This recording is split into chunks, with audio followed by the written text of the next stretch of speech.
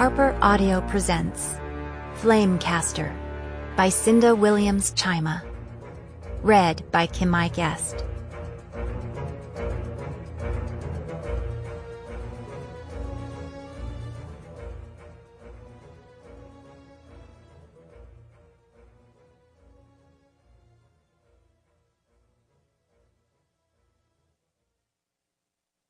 One.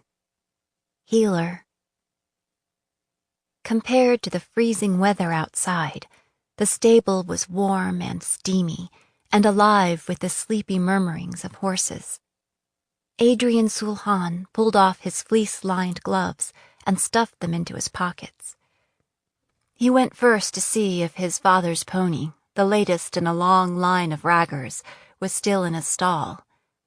He was, poking his head over the stall door, looking for a handout as usual. So his father hadn't left the city. Not yet, anyway. Adrian needed to talk to him before he did. He walked on down the line of stalls to look in on the piebald mare. She came forward to meet him, lipping hopefully at his hand. Adrian studied her critically. Her eyes were bright, ears pricked forward, and when he ran his hand over her shoulder, he could tell that the muscles of her withers were filling in. Sliding his free hand under his coat, he gripped his amulet and sent a tendril of power into the mare, looking for trouble. To his relief, the white-hot focus of infection was nearly gone. "You'll be all right," he murmured, stroking her head, proud that it was true. He heard Mancy's step and drag footsteps behind him. "I thought that was you, boy," she said, coming up next to him. "Here to see my Priscilla. It's amazing what you've done. I thought I had lost her, and now she's like a brand new horse. Actually, I'm looking for my da, and I thought I'd look in on Priscilla while I'm here," Adrian said. "Have you seen him?" She shook her head. "Not today, no." Worry flickered across her face. "You don't think the High Wizard will come here, do you? See, I'm moving slow this morning, and I only just got the front stalls mucked out. I need to—" "Don't worry," Adrian said, raising both hands. "I just thought he might have stopped by." Mancy was a soldier who'd been assigned to the stables while she recovered from a nasty leg wound, courtesy of one of the Kingdom of Arden's collared mages. Now her wound drew Adrian's attention like a poke in the eye. It wasn't healing properly, he could tell, and he wanted to know why. In fact, Mancy had the smell of death on her. "Hey, did you hear me?" That was when Adrian realized that Mancy had asked a question. "I'm sorry," he said, wrenching his attention back to the conversation. "What was that?"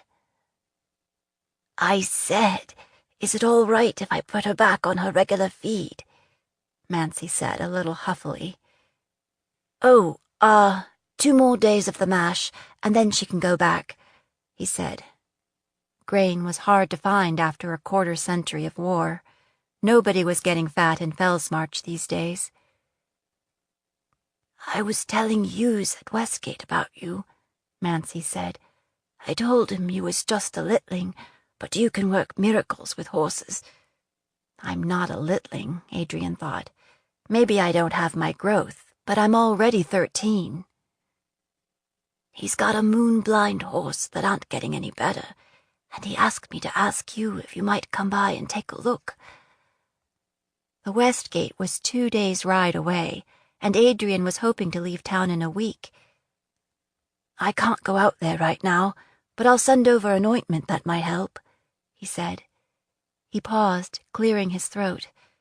A littling healer might be good enough for horses, but... "How's the leg?" Mancy grimaced.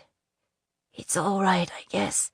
It's closed over, but it's still giving me a lot of pain. Plus, I can't seem to get my strength back. I've been back to the healing halls 3 different times, but they don't want to see me." Mancy's collarbones stuck out more than before, and Adrian noticed that she leaned on the stall door for support. "Mind if I take a look?" Mancy blinked at him. At me. You do people, too. Adrian bit back the first response that came to mind. Sometimes. All right, then. Be my guest. Nancy sat down on an overturned bucket and rolled back her uniform breeches. When he went to touch her leg, though, she flinched back. You aren't going to do anything, are you? Like hex it or something? Vale folk were wary of wizards, for good reason. I'm just going to take a look, all right? The wound was closed, the skin tight and hot, the leg puffy all the way into the ankle. Adrian brushed his fingers over it, murmuring a charm, and saw that the infection had gone into the bone. He'd seen it before in horses, and they always had to be put down. Adrian looked up at Nancy, chewing his lower lip. The leg would have to come off, but he knew she wouldn't take that verdict from a 13-year-old untrained wizard. Nancy, he said, your leg needs to be seen right away. Go back to the healing halls and ask for Titus Griffin. Don't get shuffled off to anyone else, and don't take no for an answer. Tell him I sent you, that he needs to look at your leg. Do it now. Nancy blinked at him, her brow furrowed. Now? But right now I need to mark out that can keep, Adrian said. If you want, I'll put in a word with Jarrett. The stable-master owed him a favor. You don't need to do that, Nancy said. She swallowed hard. I'll just let him know where I am, if you really think I need to go now. You do. Adrian put a hand on her shoulder, soothing her. You'll be all right. With Nancy on her way to Griffin, Adrian continued his search for his father. Outside again, it seemed even colder than before. The wind howled down from the spirits, sending bits of greenery from the recent solstice celebration spinning down the street. He really, really needed to get a yes from his father before his mother, the Queen, found out what he was up to. His father, the High Wizard, was a little more flexible when it came to rules, like the one that said that wizards weren't supposed to receive their amulets until they turned 16. Adrian reached for his amulet now, as he did a dozen times a day, feeling the usual flow of energy from wizard to amulet. Wizards continually produced flash, a magical energy. Amulets stored flash until enough accumulated to do something worthwhile. Without an amulet, flash leaked away and was of no use to anyone. His father had given him this hand-me-down amulet 2 years ago, on his 11th name day, along with a lecture on all the bad things that would happen if he abused or misused it. Adrian had worn the amulet, carved in the shape of a hunter, on a chain around his neck ever since. He'd trained hard in the use of magic, most often with his father when he was home, elsewise with some of his father's hand-picked friends. Yet it had made no difference. His older sister, Hannah, was dead, and his little sister Liz was heartbroken, and Adrian needed to get out of town. If his da wasn't in the castle close, and if he hadn't ridden out, he'd be somewhere in the city, likely Rag Market or Southbridge. Adrian headed for the markets. To call them markets these days was being generous. With solstice just over, the shelves had been cleared of what little food there was. There was nothing on offer but some tired-looking root vegetables that had been held back till now so as to fetch the best prices. His father said it reminded him of the hard times during the reign of Queen Mariana, when there was never enough to eat, or during Arden's siege of Fellsmarch Castle, when they had contests to come up with new recipes for barley.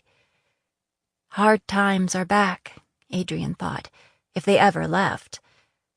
For solstice, the royal family had dined on venison, courtesy of their upland clan relations. Otherwise it would have been ham and barley pies, light on ham, heavy on barley. Not that it mattered. None of them had much of an appetite. It was the first midwinter since Hannah died. Around him, the market was waking up. First the bakers, produce sellers, and fishmongers, Then the second-hand shops selling hard-worn, picked-over goods, all claimed to be clan-made. This was his father's home ground. He'd once ruled this neighborhood as the notorious street lord of the Ragger gang. Adrian always drew attention, too, when he walked the markets. He was too easy to pick out as Han Alister's son, with his red hair and wizard's glow. Today it seemed worse than usual.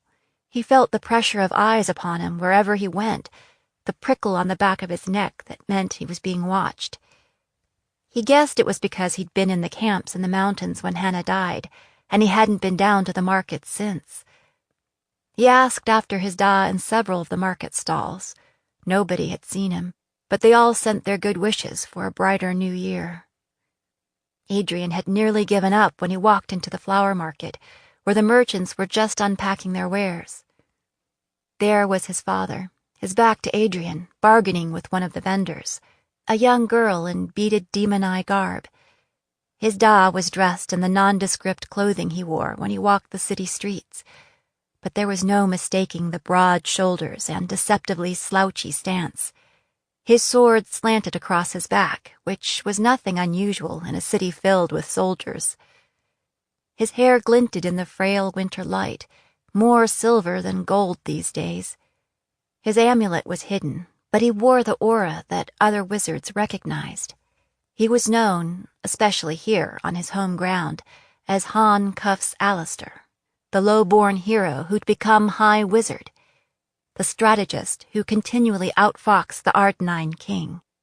He was a former street thief, their former street thief, who'd married a queen. The flower vendor was flushed and fluttering at having such royalty in her shop, bringing blossoms forward and arranging them in a copper bucket to show them off.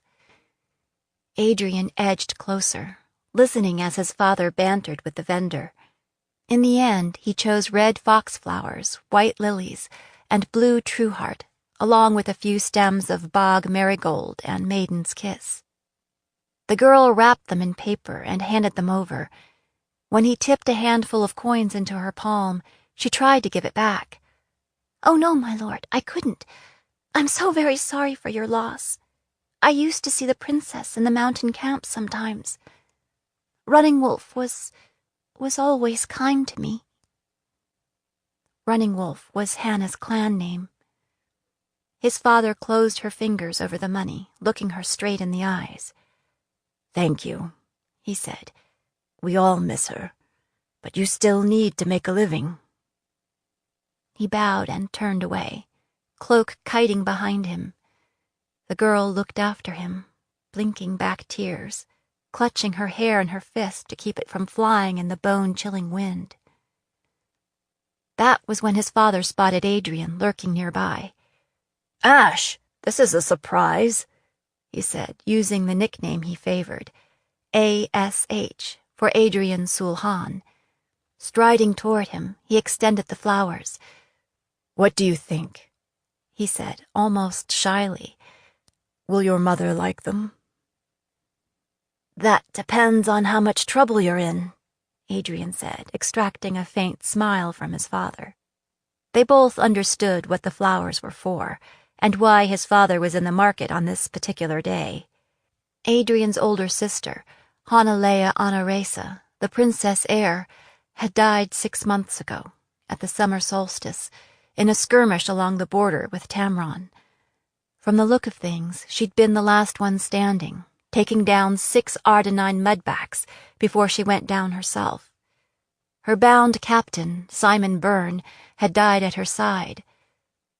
The Ardenine general, Marin Karn, had severed her head and carried it back to his king. King Gerard had ordered it paraded through the captive realms, then sent it back to her mother, the queen, in an ornate casket. Hannah was only 20 years old. She'd been the golden child who combined her father's good looks and street-savvy charm, and her mother's ability to bring people together and lead. She was one who could walk into a room and command it within minutes. She'd been a symbol of hope, the promise that the Grey Wolf line would survive. If the Maker is good and all-powerful, Adrian thought, Then why would this be allowed to happen? What cruel twist of fate sent a large Ardenine company into the borderlands in an area that hadn't seen fighting for nearly a year? Most importantly, why Hannah? Why not Adrian? She was the heir. He was in every way the spare. "What brings you to the markets?" his father said, draping an arm around Adrian's shoulders. He was never afraid to show affection in public. "Are you buying or selling?" "I wanted to talk to you, privately." His father eyed him keenly. "You're selling, then, I believe," he said. "I have some time right now. Come to breakfast, and we'll talk." 2. A Cruel Frost. They chose a place called the Drover's Inn, a hostelry on Market Square that Adrian had never been to. Everyone knew his father, of course. The server led them to the very best table near the hearth and clunked steaming mugs of cider down in front of them. "I'm so sorry, Lord Alistair," she said, her cheeks pink with embarrassment. "All we got is porridge and a wee bit of ham, but the bread is fresh this morning." "I was hoping for porridge," his father said, signaling for her to bring 2 bowls. Setting the bouquet carefully aside, he leaned his sword against the wall and slung his cloak over the back of a chair and sat. He always sat facing the door, a throwback to his street lord days. He looked tired, the dark circles under his eyes still visible against his sun-kissed skin. He'd lost weight, too, during the long marching season. Adrian resisted the temptation to reach out and grip his father's hand so he could look for damage. "Da," he said. "Are you—" "I'm all right," his father said, taking a deep swallow of cider. "It's been a hard season for all of us. But now you're leaving again." Adrian had promised himself that he wouldn't sulk like a child, but he came close. At that, his father hunched his shoulders and darted a guilty look his way. "Your mother's seen wolves every day for the last week. Something bad is about to happen, and I need to figure out what it is and how to prevent it." Visions of gray wolves appeared to descendants of the gray wolf line of queens in times of trouble and change. They were actually the dead queens, ancestors of the living queens of the fells, come back as a warning. "How can you figure out how to prevent something when you don't know what it is?" Wolves had appeared in the days before Hannah died, but it had happened anyway. To Adrian, a vague warning was worse than none at all. The porridge arrived, steaming, with the promised bits of ham arranged on top for show. When the server left again, his father said, "I think that the attack on Hannah's triple was more than very bad luck. I think she was the target." "How would they know it was her?" Adrian asked. "How would they know where she was?" His father leaned across the table. "I think someone told them. I think Arden has a spy on the inside." "No," Adrian said with conviction. "Who would do that? Everyone loved her. And why would Arden target Hannah in particular? She's the heir, I know that, but wouldn't it have made more sense to go after General Dunedain?" "Not if the goal is to break your mother's heart," his father said. "Captain Byrne and Shiloh Trailblazer have been over the killing field dozens of times. From the looks of things, it wasn't just a platoon. It was an entire company. Hannah was smart and a strong fighter, but it's unlikely she would take down a half-dozen Ardenines before they killed her, unless they were holding back, trying to take her alive." He paused, glancing around for eavesdroppers. "There's more," he said. "It appears that her death wound was self-inflicted. We believe that when she realized that she was about to be captured, she shoved her own dagger through her heart." Adrian felt like he'd been daggered himself. "She killed herself?" "What would you have done in her place?" his father asked. Adrian shuddered. On this one point they all agreed. It had been a blessing that Hannah hadn't been taken alive to Arden's court, to the dungeons of the monstrous king of Arden, Gerard Montaigne. It was one thing to break their hearts. It would have been worse if he'd held their hearts in his hands. His father pushed bits of ham around his bowl with his spoon. "Montaigne is under considerable pressure from his thanes to finish this thing. They've been spending men and treasure for a quarter-century with little to no results.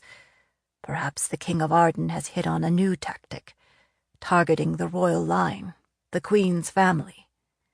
This is a grudge match, remember. Your mother rejected him in a very public way." Adrian knew that story. The Queen had refused to sign over her queendom in exchange for the King of Arden's hand in marriage. "But that was 25 years ago," he protested, not wanting it to be true. "He got married eventually, didn't he, to somebody else?" "Don't expect it to make sense, Ash. Montaigne is a proud, nasty brute who's used to getting his own way. My biggest regret is that I didn't shiv the bastard when I had the chance." Looking into his father's face, Adrian saw a rare glimpse of the ruthless street lord he'd once been, until his father ran a hand over his face, as if to wipe that person away. Adrian's skin prickled. It was like he felt the hand of the Maker touch the delicate thread that connected life and death. "So what can we do?" "If we can identify who betrayed Hannah, that would be a start," his father said. "One of our eyes and ears has an informant who claims to know something. I'm supposed to meet with them in Southbridge in a little while." The temple church in the market sounded the quarter hour, reminding them both that time was passing. "Now," his father said, placing his hands flat on the table, "what was it you wanted to talk to me about?" Adrian took a gulp of cider for courage. "You know, I've been working as a healer with the clans the past 2 summers, and I've been helping with the Highlander cavalry string when I can." "So I've heard. If Willow had her way, she'd like you to apprentice with her year-round. She's not as young as she used to be, and there's never enough healers available during the marching season. General Dunedain wouldn't hold still for it, though. She'd like to put you in charge of the military stables full-time. Everywhere I go, all I hear about is how you can work magic with horses. It's too bad there's only one of you." Right, Adrian thought. It's too bad. So he hurried on. "I've also spent time in the healing halls in the city." "Ah," his father said, his face hardening. "Lord Vega's domain. I keep hoping he'll retire." Harryman Vega was the wizard who oversaw the healing halls in the capital, the ones wizards and most Vale folk patronized. "That's the problem," Adrian said. "Willow can't help me with high magic, and Lord Vega has no interest in clan treatments and green magic. He still thinks it's witchery for the gullible masses. And until I graduate from mistwork, he won't let me do more than make beds and do the washing up." Mistwork was the school for wizards at Odin's Ford. "And you can't go to Mistwork until after your 16th name day." "Right." Adrian took a deep breath and plunged on. "I can't get into Mistwork at 13, but Spiritus accepts novices at 11, just like Wean House." "Spiritus?" "That's the Healers' Academy at Odin's Ford. You wouldn't remember it. It's just 3 years old. They're combining green magic, music and art therapies, clan remedies, and eventually wizardry." "Eventually?" His father raised an eyebrow. "That's the goal. But from what I hear, the deans at Mistwork haven't been eager to join in so far." His father snorted. "Why am I not surprised?" "My thought was I could go to Spiritus now, then move over to Mistwork when I'm eligible. That way I won't waste time watching people die who might have lived if I only had the skills. Despite his best efforts, his voice shook. That's the thing about guilt, his father said. It always seems like there's enough to go around. The only ones who don't take a share are the ones who are actually guilty. He paused. Lines of pain etched deeply into his face. I lost my mother and sister when I wasn't much older than you. I did my best, but my best wasn't good enough. He ran his fingers over his serpent amulet. I never angled to be High Wizard. All I've ever wanted is to protect the people I care about. And now I've lost Hannah, too. It's not your fault what happened to Hannah, Adrian said. It was odd to be in the position of consoling his father. Hannah was a good fighter, and Mama is too, and Liz... I guess Liz will be when she gets older. His younger sister, Alyssa, was only 11. It's not your fault either, his father said, reaching across the table and gripping Adrian's hand. We don't protect them because they're weak. We protect them because they are strong, and strong people make enemies. We just need to do our best, whatever it takes, to protect your mother and sister, the Grey Wolf line, and pray that it's enough. My best can be better, Adrian said, looking his father in the eyes. His father got the point. He tilted his head. How do you know they would take you on at Spiritus? The Dean of Spiritus is a voyageur healer named Taliesin Bogard. The voyageurs were a nomadic tribe of sheep-herders from the Heartfang Mountains who traveled the flatlands in colorful caravans. Flatlanders claimed they were witches, like that was a bad thing. Taliesin spent some time at Marisa Pines while I was there, and we got along. I've been in touch with her, and she's hot to make this happen. I would be the first wizard to attend. They're hoping that if the deans at Mistworks see what's possible, then maybe they'll come around. His father laughed. You're too much like your mother, always 2 steps ahead of me. After a beat, he went on.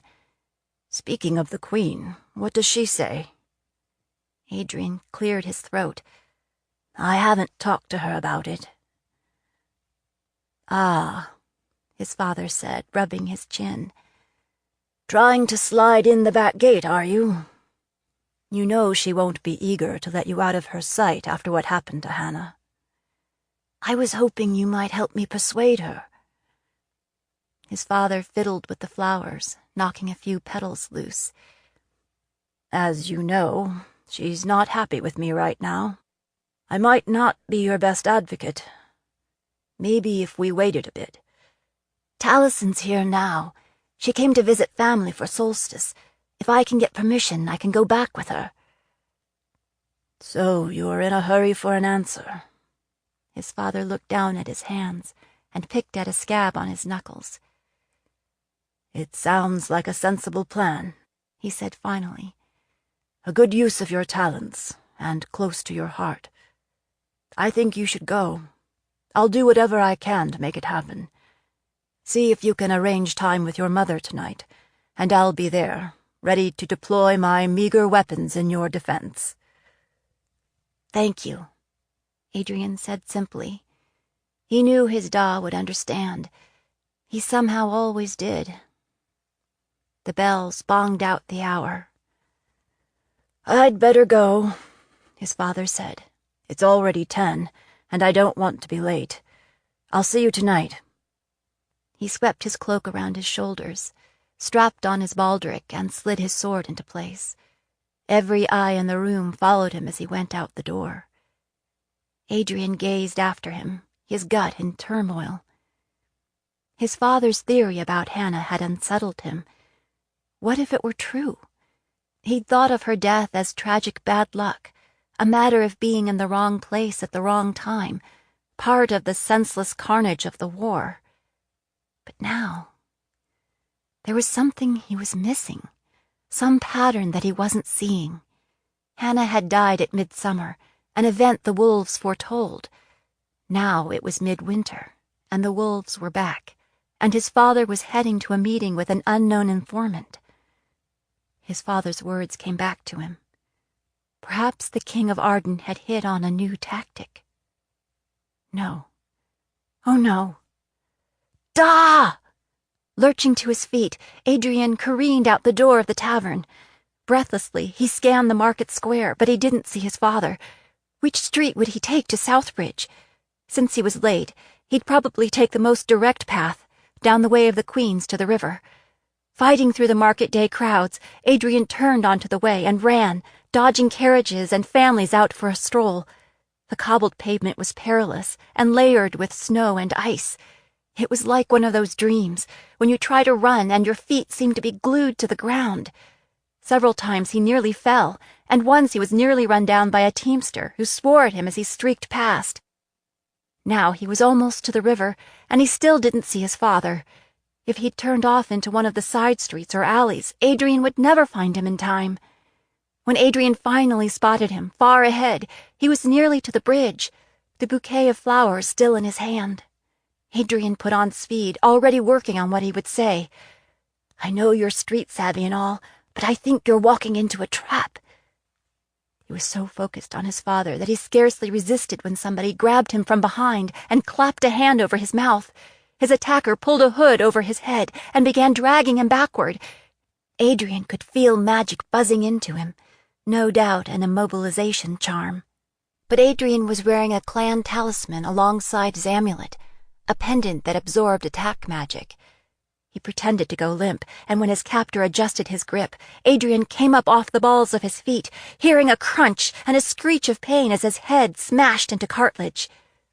When the grip on him loosened, Adrian twisted free and tried to dodge into the alley, but plowed straight into someone who held him tightly against his body, so Adrian couldn't reach his amulet or yank away the hood. "Learn to use all your senses," his father always said. "That way, if you're blind, you can use your ears and your nose and your hands instead." From the feel of the man's body and the angle at which he held him, Adrian could tell he was tall, spare, and gifted. He could also feel something metallic and jingling that hung at his waist under his robes. Not an amulet, but what? "Don't let him touch the jinx piece," one of them growled. "I'm not an idiot," Alleyman snarled. "Take the boy. Our agreement was that I wouldn't be personally involved in this." The voice seemed familiar, and there was a scent about him, a familiar scent that Adrian couldn't place. As they made the handoff, Adrian managed to strip back the hood. He was surrounded by cloaked and hooded men. He saw his father in the distance, already midway across the bridge. "Da! Help!" His father heard and turned. The flowers fell to the bridge deck like jewels scattered on the pavement as he drew his sword in one fluid movement and charged at them. All around Adrian, swords hissed free. While his captor was distracted, Adrian brought both feet down on his instep. The wizard howled. Something smashed down on Adrian's head, and he landed flat on his face on the icy cobblestones, twisting his ankle. "Careful," somebody growled. "Don't hit the mageling too hard. We want him alive." Mage. That was what they called wizards in Arden. Close by, Adrian heard the clatter and clash of swordplay, smelled the acrid scent of wizard flame, heard somebody scream as a blade hit home. Black spots swarmed in Adrian's vision as he tried and failed to prop himself up, tried not to spew onto the stones. Finally, he rolled onto his back. His vision cleared enough that he saw his father, surrounded by 6 or 8 swordsmen, fighting like a fury in the stories with flame and sword. He was backing toward him, trying to get close to Adrian, but he hadn't escaped the bite of the blades. His cloak was already sliced through in several places and spotted with blood. It took everything Adrian had to sit up, then straighten to a standing position. He swayed, then shouted, "Leave him alone!" Gripping his amulet, he stood up next to his father and launched a flaming volley of his own, putting all of his frustration and fury into it, driving the assassins back. "No, Ash! Run! Get to the river if you can!" his father shouted, pivoting and cutting down another swordsman. "Get into the river and dive!" I'm not leaving you! We can win this! That was when his father staggered, the tip of his sword drooping a little. He looked at the assassins, tried to lift his sword again, but it was as if it was too heavy. "Da! What's wrong?"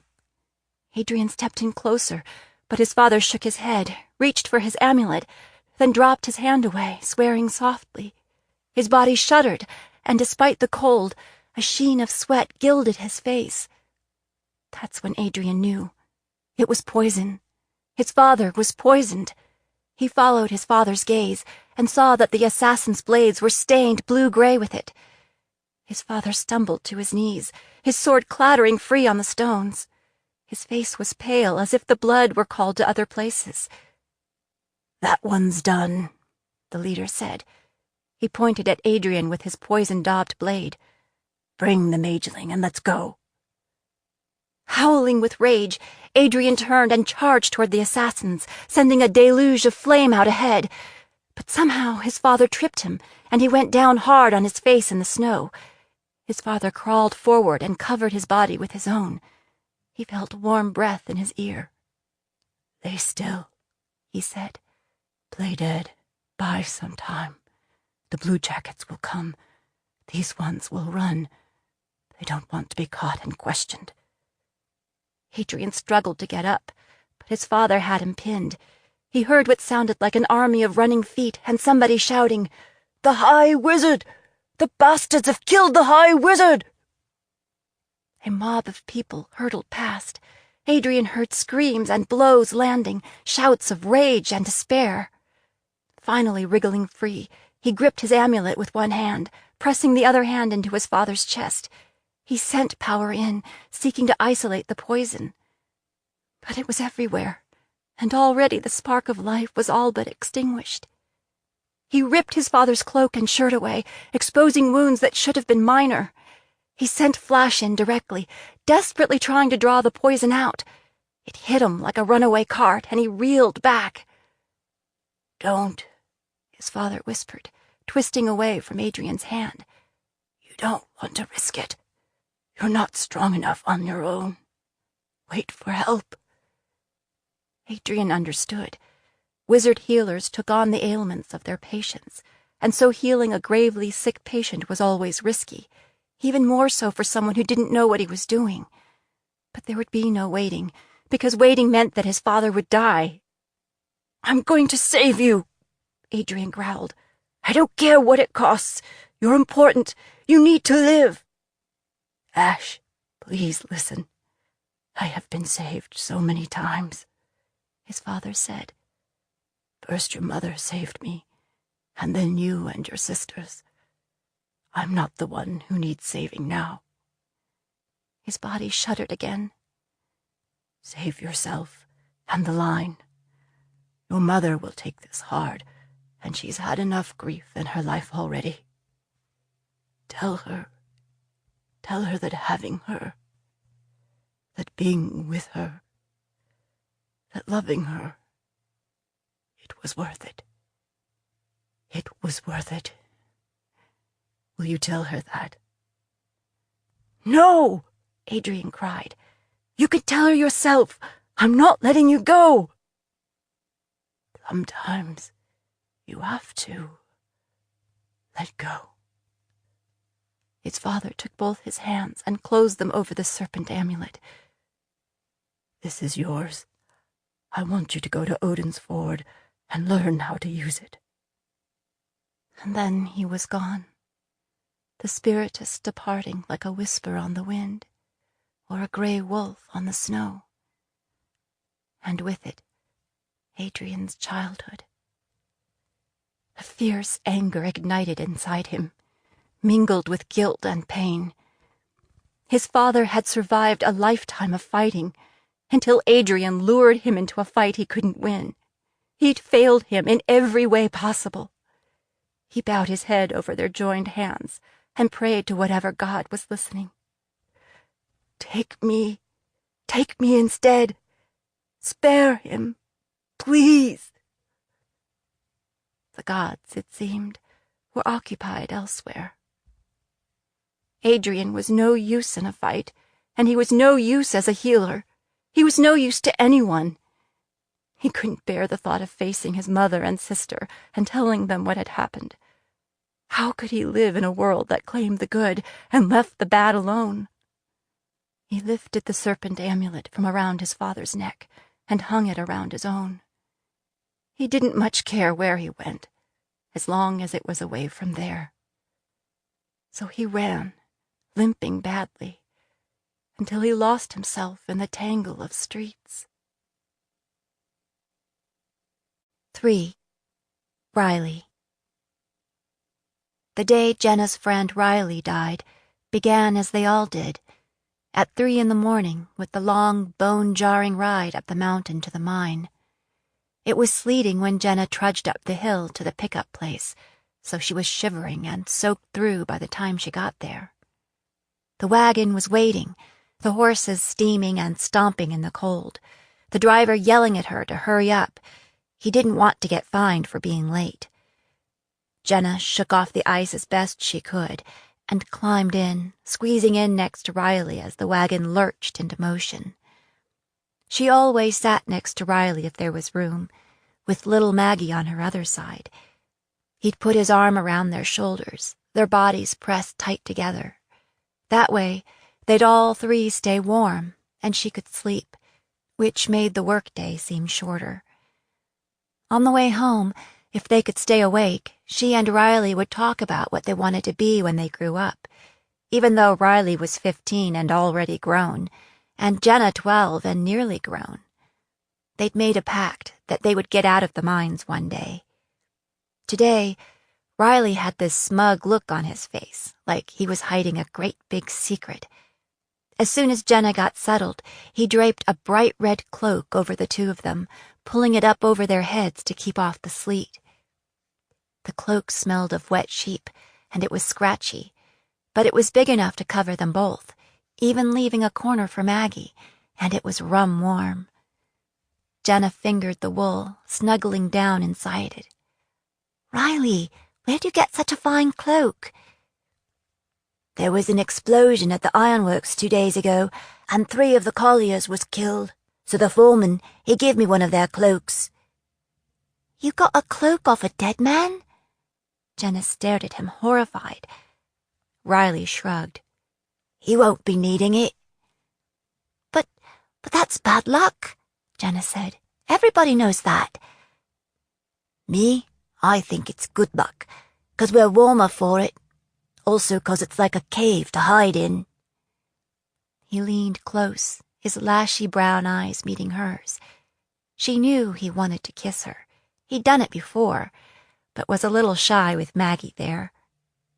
Jenna pulled his head down toward hers, and he kissed her on the lips. Her cheeks burned, but she felt a pleasant tingle deep in her belly. She didn't know what to say, so she changed the subject. "I have a surprise for you, too." She patted her lunch bucket. "In here." He eyed the bucket. "If I guess, will you tell me?" "Maybe." "It's a meat pie, isn't it?" Riley was big and strong, and he always seemed to be hungry. Jenna ate better than most because her father owned a tavern. She'd brought Riley a meat pie once before. Maggie overheard. "A meat pie? Can I have a bite?" Maggie was probably 7 years old, scrawny as a baby bird. She was an orphan, so she was always hungry too. There were lots of hungry orphans in town, though lots had died. If Jenna had a sister, she would want her to be just like Maggie, except better fed and living somewhere other than Delphi. Jenna shook her head. "Sorry, Maggie, it's not a meat pie. It's a book." "A book?"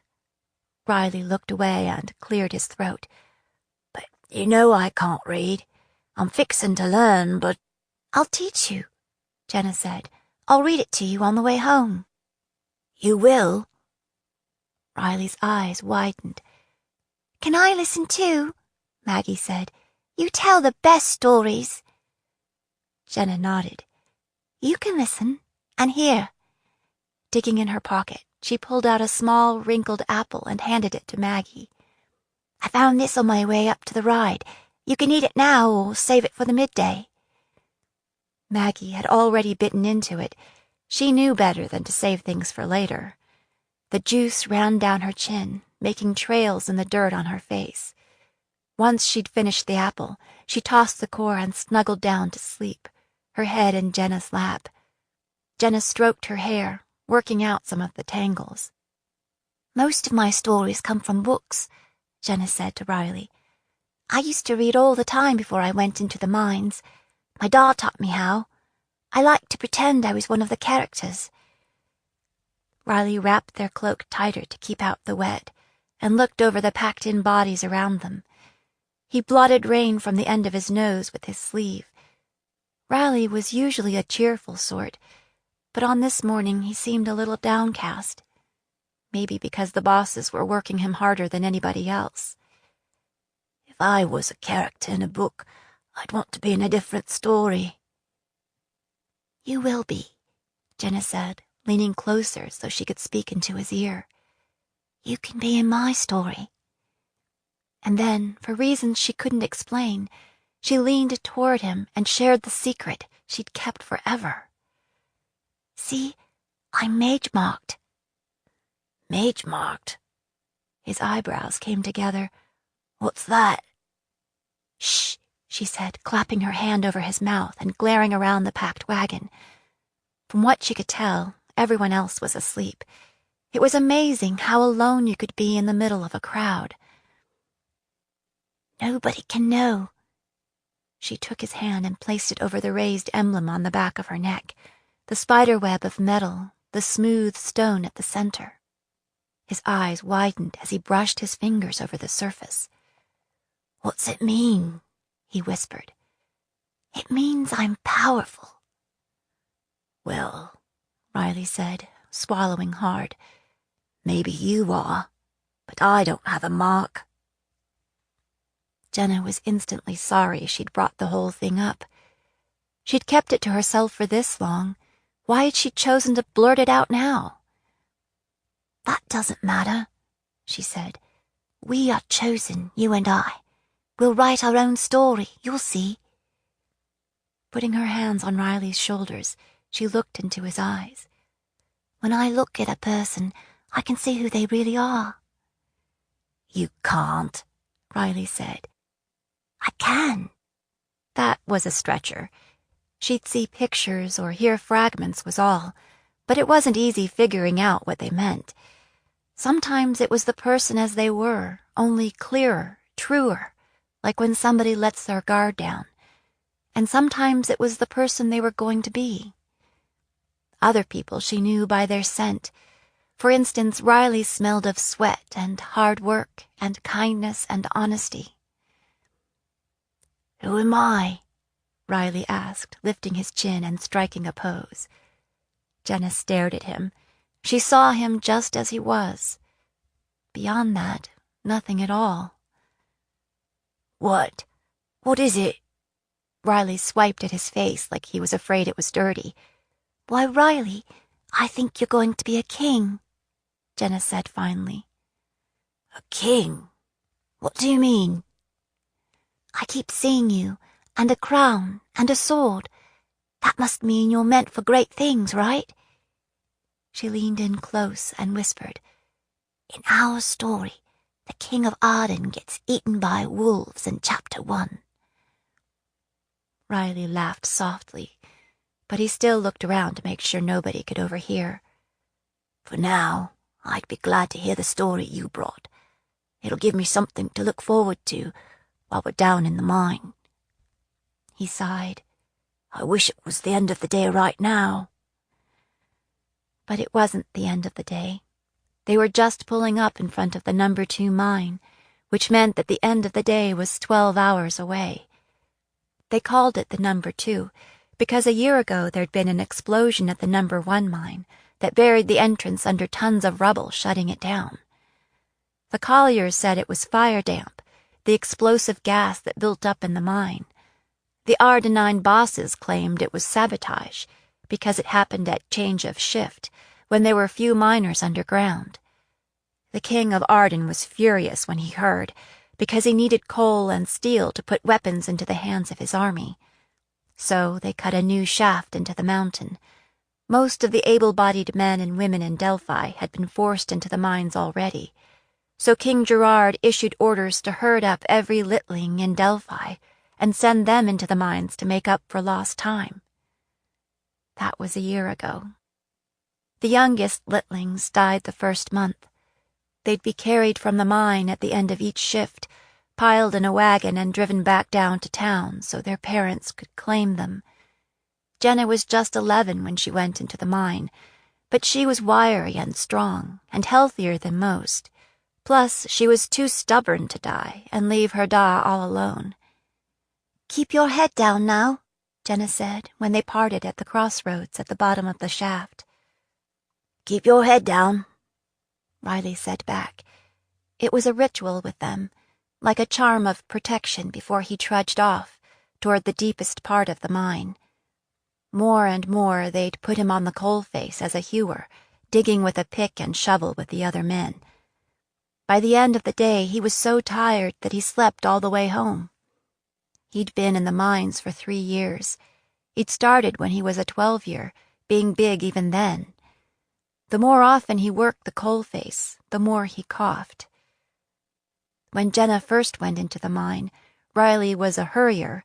He wore a leather strap around his waist and pulled heavy carts of coal up the ramp to the cage. Jenna worked as a thruster, pushing the carts from behind, or sometimes as a trapper, opening trap doors so the carts could rattle through. You had to look sharp if you were a trapper. If a cart came up and you weren't ready, you'd get run over. Or you'd open up a trap, and the fire damp would roar out like a dragon and burn you right up. Jenna had a knack for knowing when fire damp was lurking behind the trap.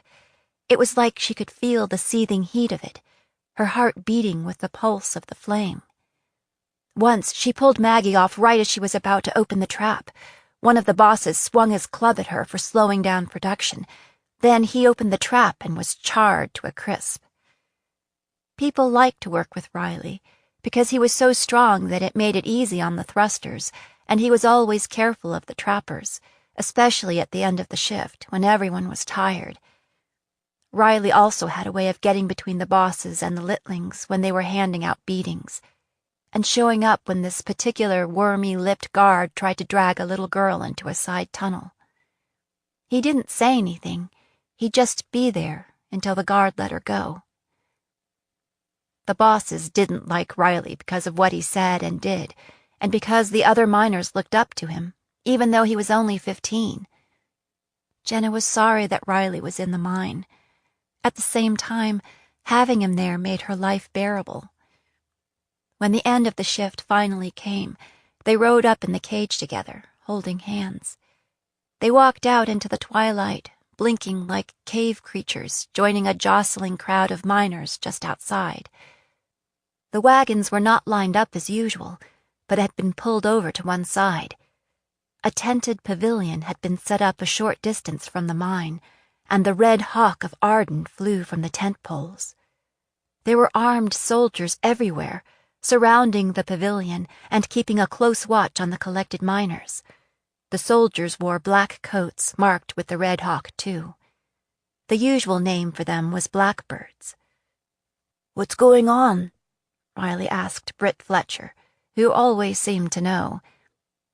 "It seems we're about to hear some scummer from His Majesty, King Gerard." Fletcher spat on the ground. "He's here?" Jenna shrank back a little. "What's he doing here?" "It seems that he and the missus are promenading around the Empire, showing how they aren't scared of a few patriots." "What do you mean?" "Aren't you heard? There's been riots in Tamron's seat, and rebels took over the keep at Baston Bay a few months ago.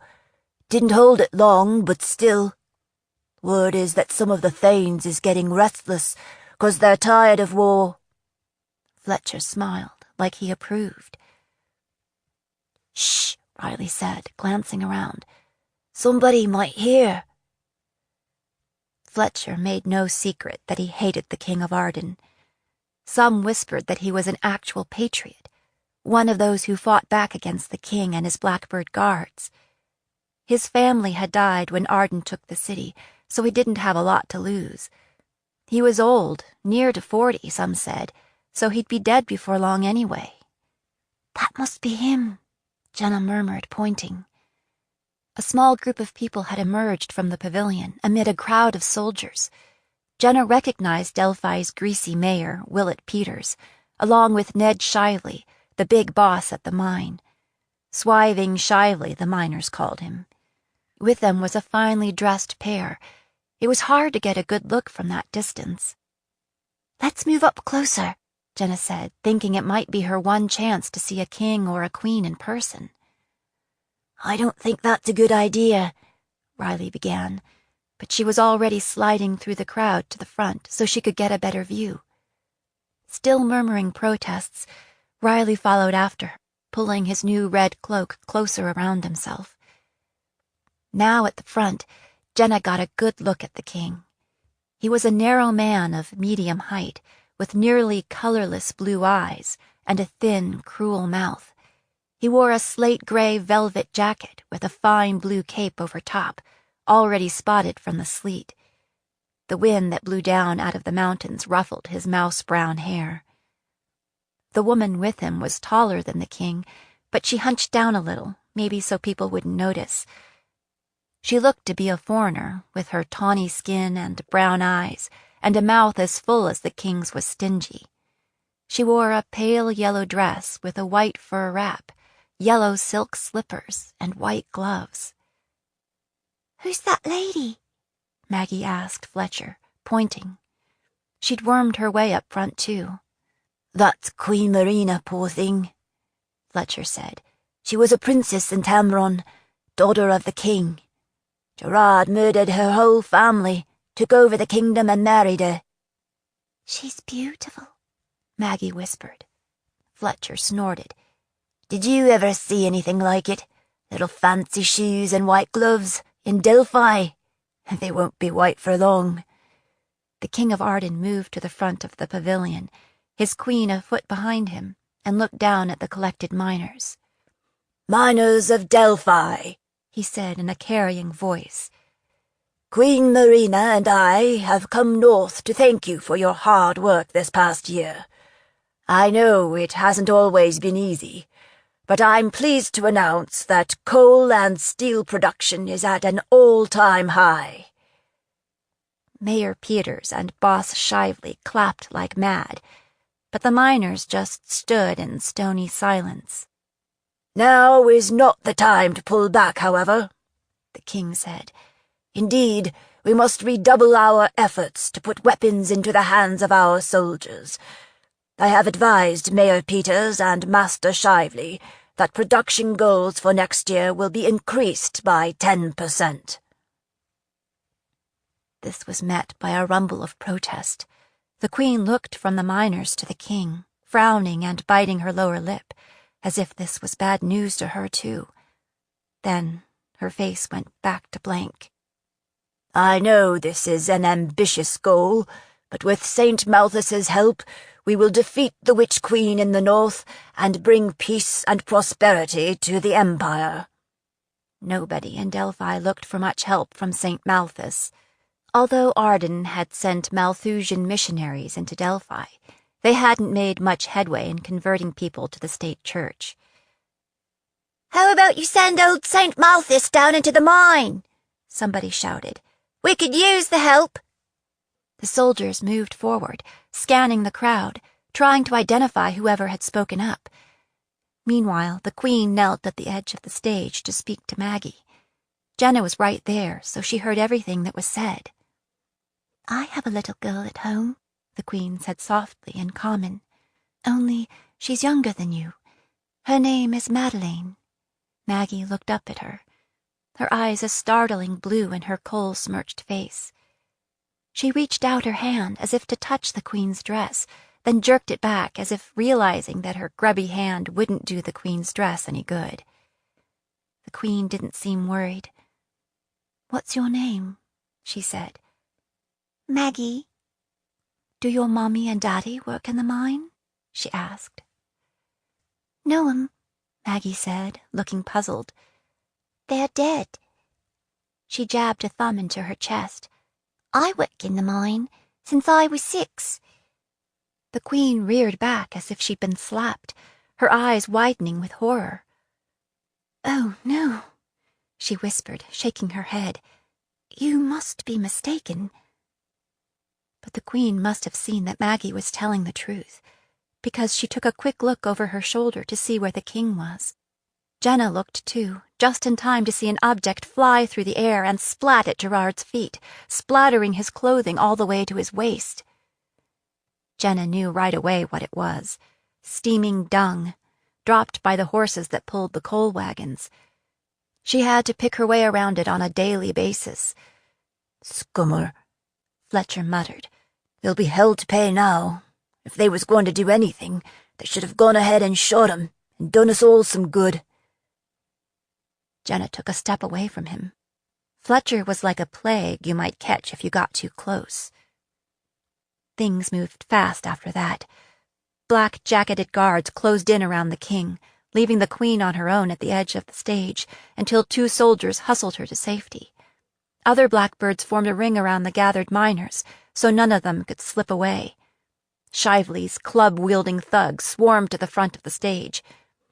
Jenna shrank back, suddenly sorry she'd pushed to the front. Riley wrapped an arm around her, sheltering her. "All right," Shively snarled, slapping his club against his other hand. "Who did that?" Nobody made eye contact. Nobody said anything. Nobody dared to move, afraid to call attention to themselves. "I'm warning you. Give him up, or you'll be sorry." Nothing. That's when the King of Arden broke free from his guards and strode to the edge of the stage.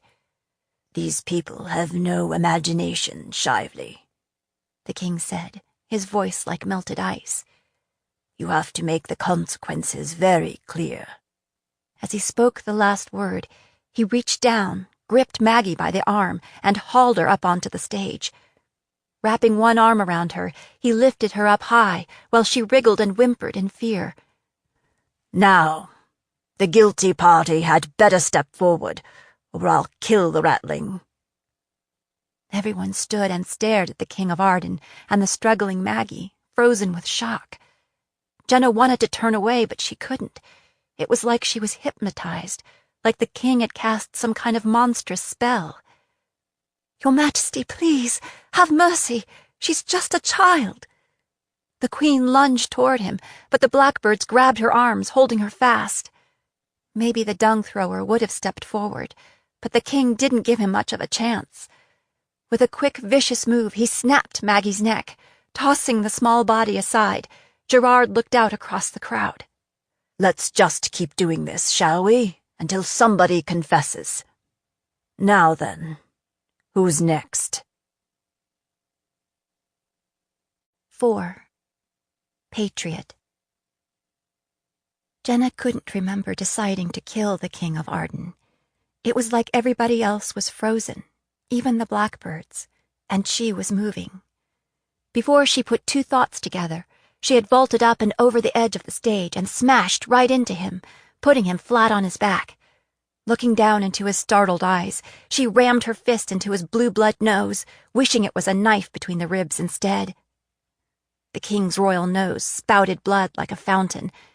It smelled like anybody else's blood, and it wasn't really blue. Gerard was stronger than she expected, though, and flipped her over, pinning her with his knee in her chest. He wrapped his blood-slick hands around her neck and began to squeeze. The strength drained out of her arms and legs, and she knew she was dying. "No!" Somebody smashed into them, sending the King of Arden sprawling. Jenna sucked in air through her bruised throat. Hands grabbed hold of her, and she kicked and struggled. But it wasn't the blackbirds. It was the miners, dragging her off the stage and pushing her toward the rear of the crowd. "Stay down," Britt Fletcher said into her ear. But Jenna didn't stay down, because she knew who had come to her rescue. She worked her way to a place where she could see the stage. The King of Arden was back on his feet, behind a wall of blackbirds, trying to plug his nose with a snowy handkerchief. Blackbirds stood all along the edge of the stage, their crossbows aimed into the crowd. Riley stood nearby, his arms pinioned, his face battered almost beyond recognition. The Queen sat forgotten, cradling Maggie's body in her arms. When he'd got the bleeding stopped, King Gerard crossed the stage to where Riley stood. "Who are you?" Gerard said. "Another hero?" Riley shook his head. "No, sir. It was me. I was the one that done it. I threw the scummer at you. I did it, and I'm sorry." "Did you, now?" The king stood, hands on hips, gazing at Riley. "No!" Jenna tried to fight her way toward the front of the crowd, but Britt Fletcher held her fast. He was rum strong for an old man. "Look here," he growled. "Don't make that boy throw away his life for nothing. We both know he didn't do it, but he's a goner now anyway. Nobody jumps the king and lives to brag about it." "No," Jenna whispered, tears rolling down her face. But she smelled the truth on Fletcher, so she no longer struggled to get away. The King of Arden scanned the crowd, searching the sea of faces. Jenna held very still. Finally, heaving a sigh, he turned back to Riley. "I'm not sure I believe you, but you'll do, I suppose. Hold him." He drew his sword, turned, and rammed it into Riley's stomach all the way to the hilt, then twisted it. Riley made a sound, a kind of grunt, his eyes going wide. The king yanked free his blade with a wet pop, then stuck it in again in a slightly different spot. Now blood bubbled from Riley's mouth. Somehow, miraculously, his eyes met Jenna's and held. "Finish him, you murderous bastard," Fletcher muttered. But clearly the King of Arden meant to take his time. He pulled out his blade, chose another spot, and stabbed Riley again. By now, black spots were swimming in front of Jenna's eyes, but Riley's eyes were still locked with hers, and she refused to faint and leave him on his own. Just then, she heard a sound, a kind of thwack from above and behind her. Riley's body jerked, and suddenly a feathered shaft stuck out of his throat just below his chin. It was an arrow, and just like that, Riley was gone. After that, it was bedlam. The king and queen disappeared in a hurry, and Shively's thugs waded into the crowd, swinging their clubs. Jenna turned and tried to run, but something smashed into the back of her head and she went down. When she awoke, she could hear people talking in low voices. It was dark, and it was cold, even though she was wrapped up in something that smelled like wet sheep.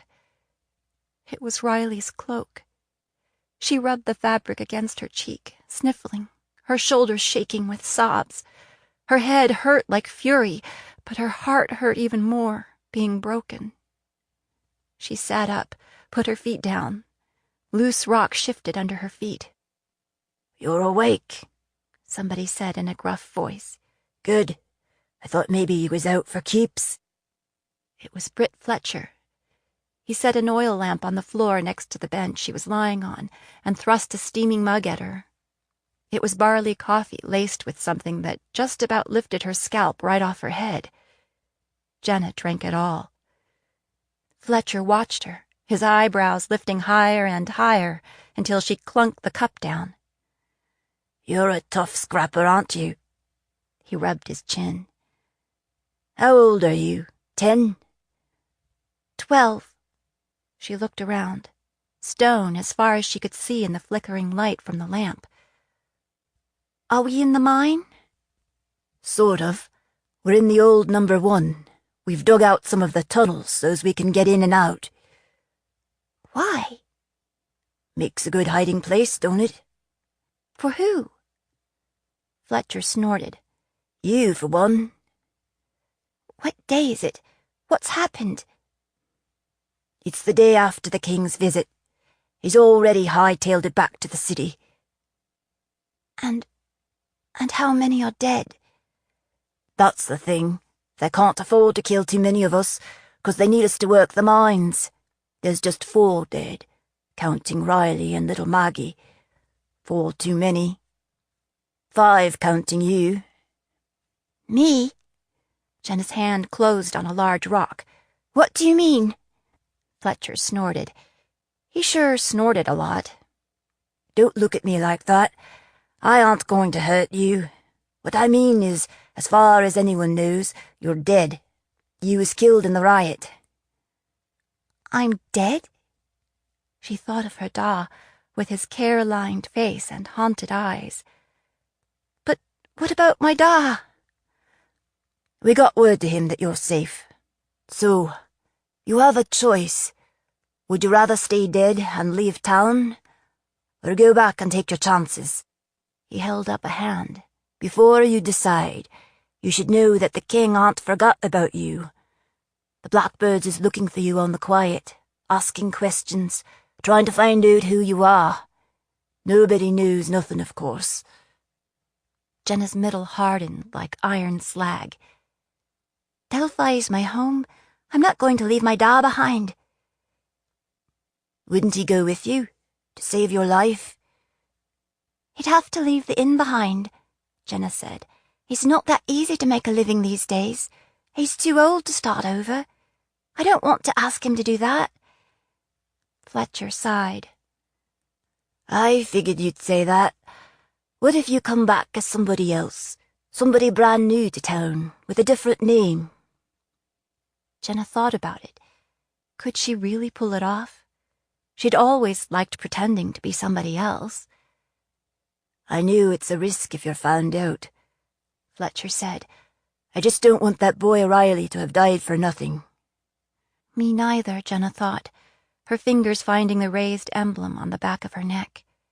It was all her fault. First, she'd drawn the attention of the breaker by laying claim to a power she didn't have, a destiny rooted in witchery and fairy tales. Then she'd jumped the king with no thought to what might happen to those around her. She wasn't a child. She couldn't afford to be a child anymore. This was real life, not a fairy story, and she wouldn't forget that again. She'd come back as someone whose feet were planted firmly on the ground. "All right, we'll try it," she said, blotting tears away with her forearm. "Could I ask you something?" "Ask away," Fletcher said. "I don't know that I'll have the answer." "Is it true, what they say, that you're one of those patriots?" "Why do you want to know?" "Because I want to join up," Jenna said. "I mean to make Arden pay for what they've done." By Arden, she really meant the king of Arden, but he was far away already, so she'd start close to home. Jenna thought he would say no, would tell her she was too young, that it was too dangerous. Instead, he gave her a long, studying look. "You know what happens if you get caught," he said. Jenna thought about Riley, about how he died, and tried to ignore the shiver of fear that went through her. "If not for you, I'd be dead already." "True enough," Fletcher said, rubbing his chin. "We'll see." It wasn't a yes, but it wasn't a no either. "There's one thing I just don't get," Jenna said. "The bad times really started after the explosion last year. What makes the king think we blew up the mine on purpose?" "What makes you think that we didn't?" Britt Fletcher said. Their eyes met and held. "Good," Jenna said. "I'm going to help you burn Arden to the ground." 5. The Voyageur. Adrian lay on his belly on a rooftop in the city of Delphi, peering down at the shop below. A gnarled walking staff hung next to the door, the sign of the Voyageur. Over the doorframe, a wooden sign had weathered to a whisper. La Ancienne, the old one. Voyageur children with stick-straight black hair, flat noses, and thick embroidered sheep's wool coats herded goats around the yard. It was 2 weeks since his father had died, 10 days since he'd slipped across the border onto enemy ground. Since his stays at Marisa Pine's lodge in the high country, Adrian knew how to survive in the mountains and navigate off trail. The border was porous to a single rider in a white winter cloak, even a rider with a bad ankle, a stolen pony, and a broken heart. Riding into Delphi was like descending into a fuming, sulphurous hell, if hell happened to be bitterly cold. The air was thick enough to chew, but almost impossible to breathe. It stung Adrian's eyes and set him to coughing. Everything was covered with a layer of soot and coal dust, thick enough to kill what little color there was. The people were thin and haggard and hollow-eyed, so worn out and weary that they took little notice of a stable boy with mud-brown hair, the result of a night spent rubbing black walnut paste and strong tea into it. He'd come here hoping to intercept the healer Taliesin Bogard on her way to Odin's Ford. She told Adrian that she planned to visit relatives in Delphi who owned a shop that sold herbs and remedies. This was the only one in town, so it had to be the place. He'd been watching it for a week, and there'd been no sign of Taliesin so far. It was risky to stay here, but he had nowhere else to go. The ankle was worrisome, swollen twice its size, purple and green. Maybe he deserved whatever pain he was in, but he wouldn't seek healing from someone he didn't know. A wizard can't use his gift to heal himself, and incompetence would only make matters worse. So he kept it wrapped and hoped for the best. Despite the ankle, he'd found bed and board in a stable in exchange for mucking out stalls. It seemed that help was hard to come by in Delphi, since every able-bodied person had been sent into the mines. To call it board was being generous, even by Felsian standards. Neither he nor his pony was living high. The herb shop stood in a Delphian neighborhood so desperate that the toughest street lord from Rag Market would think twice before moving in. First off, there was nothing worthwhile to steal. He'd already seen a knife fight break out over a warm pair of gloves. Second, the King of Arden's blackbird guards were thick as crows on a carcass. Black was a good color choice for Delphi, a mountain town that resembled a Fell's March gone horribly wrong. Hadrian shivered. The heat from his body had melted the snow underneath him, and now he was soaked to the skin. Since he'd come to Delphi, he'd developed a cough and a fever that wouldn't go away. It was either camp fever from the wells or winter fever from exposure. It would be another day wasted, but he needed to get off the roof and out of the cold. Hearing voices below, he slid forward again, far enough so he could see over the gutter tiles. A wagon had pulled up in front of the shop, and the children who had been playing in the street clustered around it, chattering excitedly. The wagon was painted in voyageur style, and the ponies were sturdy, shaggy, mountain-bred. Adrian's heart beat faster. He slid back, out of sight, as a clutch of mounted blackbirds appeared, shouting at the driver to move the wagon out of the way. The blackbirds seemed bent on emptying the streets, using clubs and short swords to encourage those who didn't move fast enough. The wagon lurched into motion, turning down the alleyway next to the shop so it could park behind. "Getting your eyes full, boy?" The voice came from behind and above him. Before he could turn to look, the speaker delivered a vicious kick to the ribs, connecting with a crackling sound. Adrian rolled and came up on his knees, gasping, groping for his amulet, until he remembered where he was and let his hand drop away. Not a good idea to draw attention to himself with magical displays in a place where they burned the gifted. The speaker was a blackbird, dressed head to toe in black, down to his shiny black boots. He was totally bald, with a slash of a mouth and officer's braid on his shoulders. He reached down, gripped Adrian by the front of his cloak, and dragged him to his feet. With his other hand, he pawed him all over, looking for weapons, but thankfully missing the amulet. He found nothing else, because Adrian, of course, had nothing. "What's your name?" the blackbird demanded in common. Ash Hansen. The name spilled out before Adrian could edit it. "Ash Hansen, sir," the blackbird said. "Waiting for someone?" "No, sir." The blackbird shook him hard. Adrian's weight came down on his ankle, and he smothered a cry of pain that evolved into a fit of coughing. "Don't lie to me," the blackbird said, pulling him in close, so close Adrian could have spat in his face. I'm going to ask you one more time. What are you doing up here? Adrian cleared his throat. His fingers twitched, eager to take hold of his magic. It's just, the air's clear up here.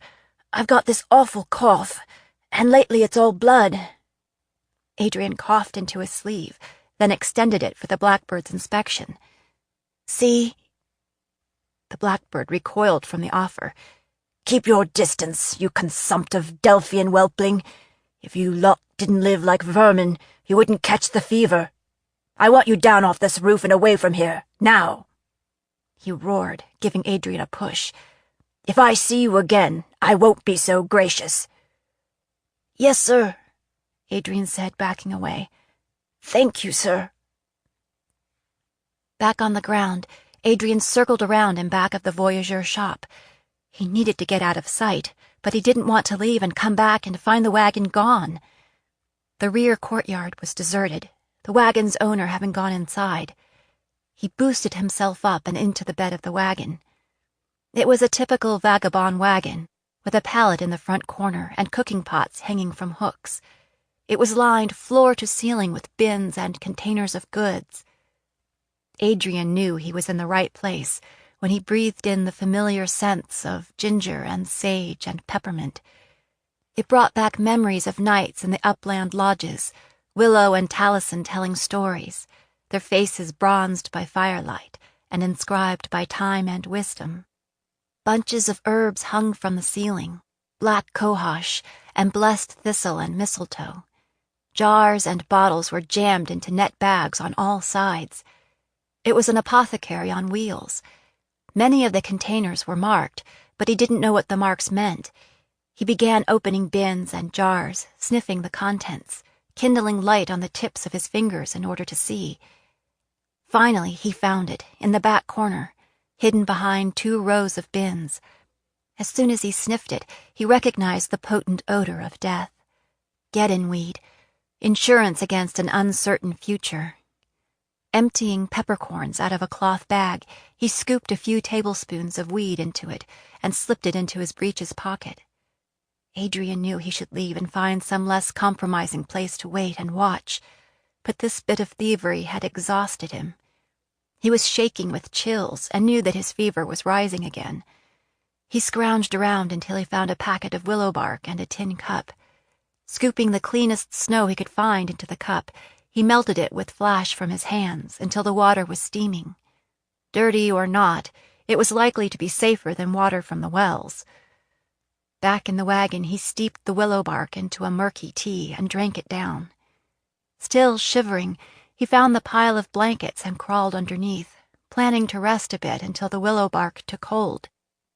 The next thing he knew, somebody was shaking him awake and thrusting a lantern in his face. Come on now, you. Climb down out of there before you freeze to death. If you're looking for syrup of poppy, it's locked up. She spoke in common, but Adrian recognized the voice. Taliesin, he said, blinking, shading his eyes against the light. He heard a quick intake of breath as the lantern slipped from her hand, then a clunk as it hit the bed of the wagon.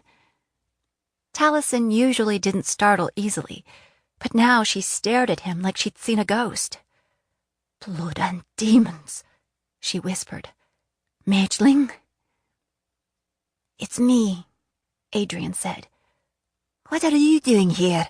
She demanded. They said you were dead. Not quite, he said.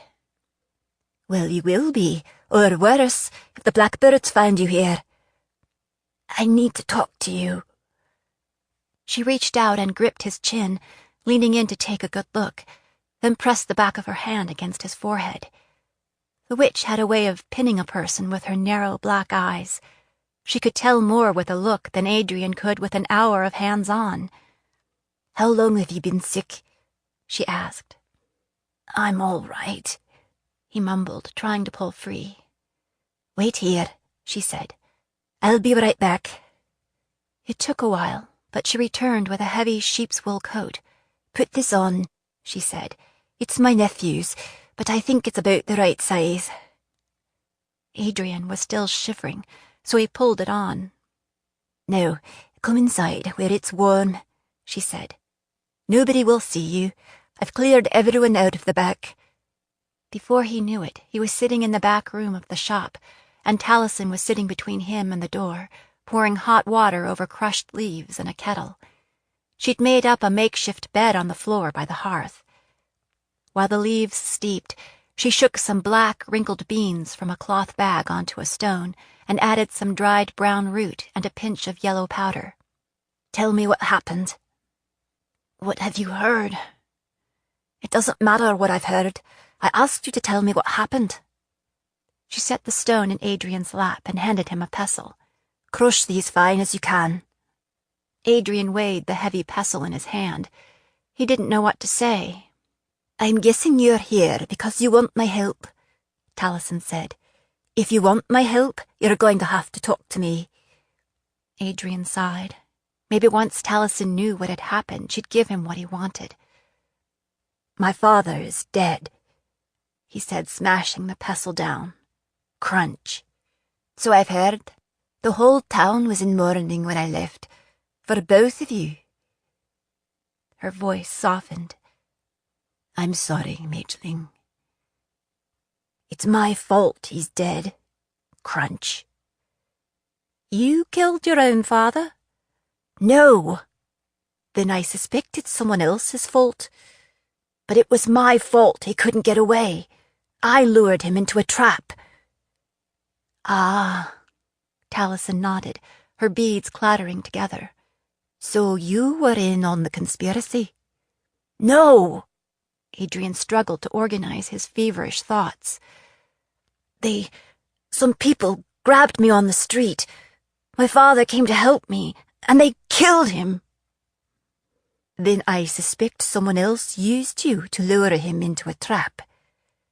It doesn't change the fact that if I hadn't been there, he'd still be alive. I was useless. Worse than useless. Despite his best efforts, tears welled up in his eyes. Crunch. Taking the ground herbs from Adrian, Taliesin brushed them into a mug and added the steaming contents of the kettle. She held it out to him. Careful, she said. It's hot. He blew on the tea, and the aroma boiled up into his nose. Glaring at Taliesin, he banged the mug down on the hearth. If you think you're going to drug me and ship me back home, you're wrong, he said. Taliesin sighed. You're going to want that for pain, because I'm going to need to work on your ankle. Taliesin should be queen of something, Adrian thought, since she was so good at giving orders and having them obeyed. He picked up the mug and sipped at the tea. Taliesin unbuckled his boot and slid it off. His ankle had not improved. The healer rolled her eyes. You've been walking around on a broken ankle? Did you forget everything I taught you? I should be dead by now, Adrian said. Then it wouldn't matter. It's just blood and bones. With a quick, expert snap, Taliesin had realigned the bone. The pain nearly put Adrian through the roof. You could have warned me, he said. You're the one that didn't want to drink the tea, Taliesin said without sympathy. She began wrapping the ankle with long strips of cloth. Why are you here? I want to come with you to Odin's Ford, Adrian said. You said you could get me into Spiritus. I'll study with you, then transfer to Mistwork when I'm old enough. I can get you into Spiritus, but right now you should go home to your mother. You can't let her go on thinking you're dead or kidnapped. She needs you right now. She doesn't need me. She doesn't need anyone. If not for her, my dad would still be alive. Even as he said it, Adrian knew that it was wrong and unfair. But he was sick and tired, and in no mood to be reasonable. Ah, Taliesin said, sipping at her own tea. Then she was in on the conspiracy. I suppose she didn't love him? Just stop it, Adrian shouted. A young girl poked her head between the curtains that divided the back of the shop from the front. Taliesin waved her off without taking her eyes off Adrian. "That's not what I mean, and you bloody well know it," Adrian hissed. "Yes, she loved him. He's dead because he loved her back, and because he loved me, and he shouldn't have had to pay that price for love." "Aye, there is something we agree on." Taliesin set her cup down. "He shouldn't have had to pay that price. Love is the root of so much suffering and misery, so much loss. It's the worst thing in the world to risk yourself by loving someone. At the same time, it's the best thing in the world, and worth the risk. I don't know your mother and sister, but I know you, and I'd wager that they want you back."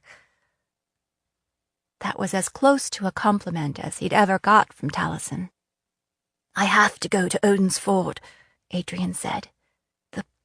The last thing my dad said to me. He gave me his amulet and he said, "I want you to go to Odin's Ford and learn how to use it. There's no way my mother would let me go now, after what's happened. It was bad enough after Hannah. Tell the Queen what your father said. I'm sure she'll want to honour that. If not this year, you can come to Spiritus next year. I'll hold a place for you." "You don't understand," Adrian whispered, his voice catching. "It's not just that." Taliesin gripped his hands, leaning in toward him. "Tell me what I don't understand." "I can't go back.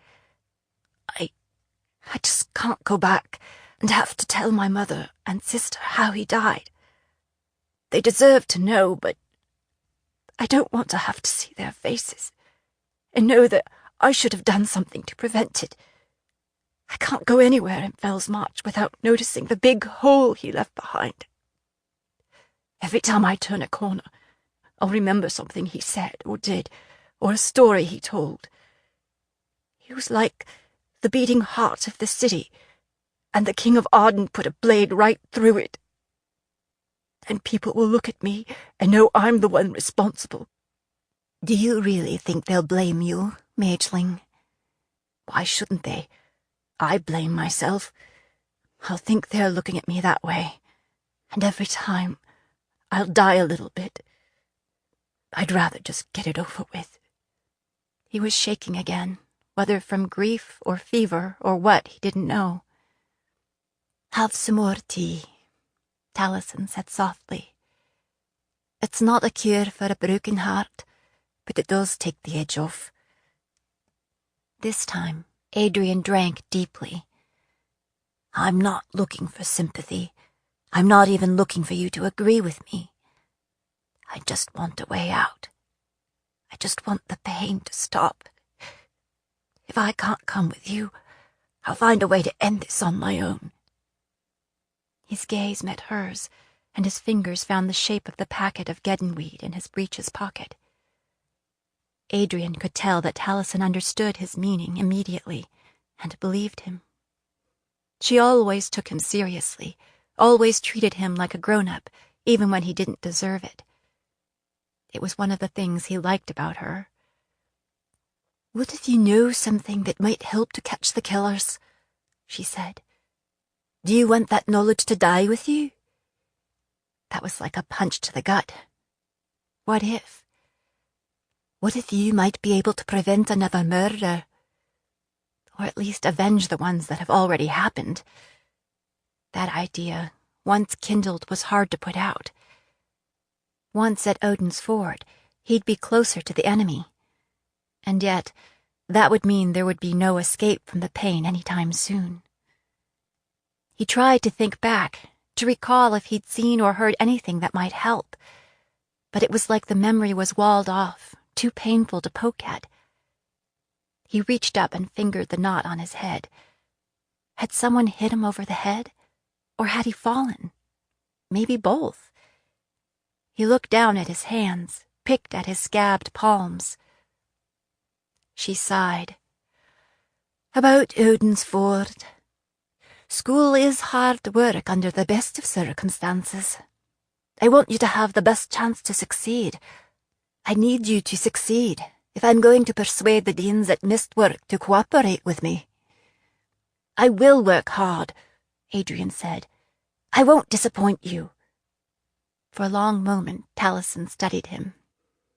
Do you really think that would help? To be somewhere else for a while, anyway? I don't know, Adrian said. Maybe. Probably. The tea was kicking in, and his thoughts had become clumsy, aimlessly stumbling into each other. If you feel guilty about your father's death, one way to heal is to help others. She seemed to be trying to convince herself. There are so many people dying needlessly that want to go on living. Saving a life can offset the taking of life. The voyageur noticed his drooping eyelids. Come, she said. Sit down on the bed before you topple over. He moved to the pallet on the floor, then eased into a lying-down position. Taliesin sat on a stool next to him. In truth, it may be safer for you to go south with me and let everyone here think you're dead. You can heal yourself by healing others. Perhaps that's what the Maker intends for you. I don't understand, Adrian said. How does it make sense that the Maker would take my father and Hannah and leave me behind? It's easy to die, Mageling, Taliesin said, stroking his hair. It's staying alive that's hard work. 6. A long fuse. It had been a long time since Jenna Bandelow had been up the road that led to the No. 2 mine. As that one played out, new ones had opened farther west and lower down. There had been changes since 4 years ago when Maggie and Riley had died. Most of the trees were gone now, burned for charcoal to feed the hungry steel mills, or cut down so there wouldn't be cover for ambushes along the road to the garrison house. The Ardenine regulars, everyone called them mudbacks because of their uniforms, had moved the headquarters up here so the soldiers coming and going wouldn't have to pass through the dangerous streets of the city, where soldiers disappeared on a regular basis. 4 years ago, it had been a miserable March day with the sleet pelting down and the wind howling out of the witchy north. Today it was a clear, cold night in October, but the wind still blew, carrying the promise of winter from the fresh snowfalls in the Spirit Mountains. Last time, Jenna had been packed into the wagon with Riley and Maggie, who were about to die, but none of them knew it. This time, she sat high in the driver's seat, with a slightly older boy named Byram beside her. A younger boy rode in the back with the barrels. He called himself Mick. They shouldn't have much to say to each other, but that didn't keep Byram from talking all the way from town. Byram wouldn't be his real name, not if he was smart. He knew Jenna as a boy named Flamecaster. Sometimes she went by Sparks instead. That was just easier all the way around. It had been so long since she'd been a girl that she wasn't sure she remembered the ins and outs of it. Jenna preferred to keep her mouth shut and play her cards close. That way, if any of them was caught, they wouldn't have much to say to the Blackbirds either.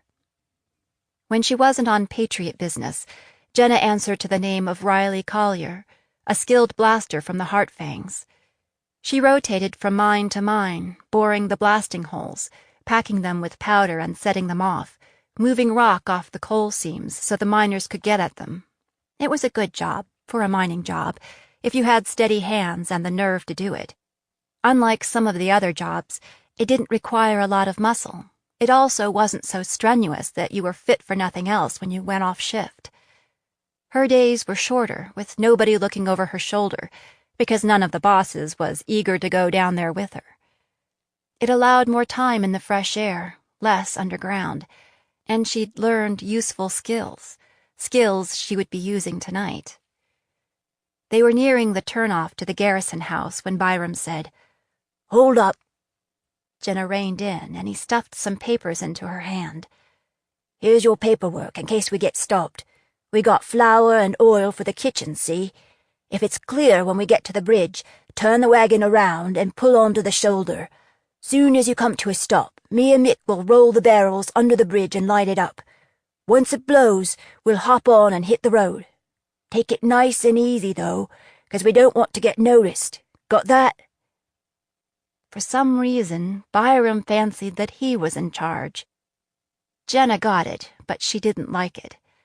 The upside of traveling at Darkman's hour was that there wasn't much traffic on the road.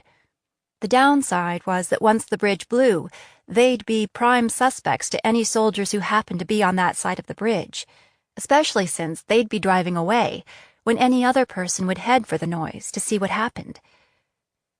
"We'll be the only ones on the road, except for mudbacks and blackbirds. Once the bridge goes up, they'll be all over us with no place to hide."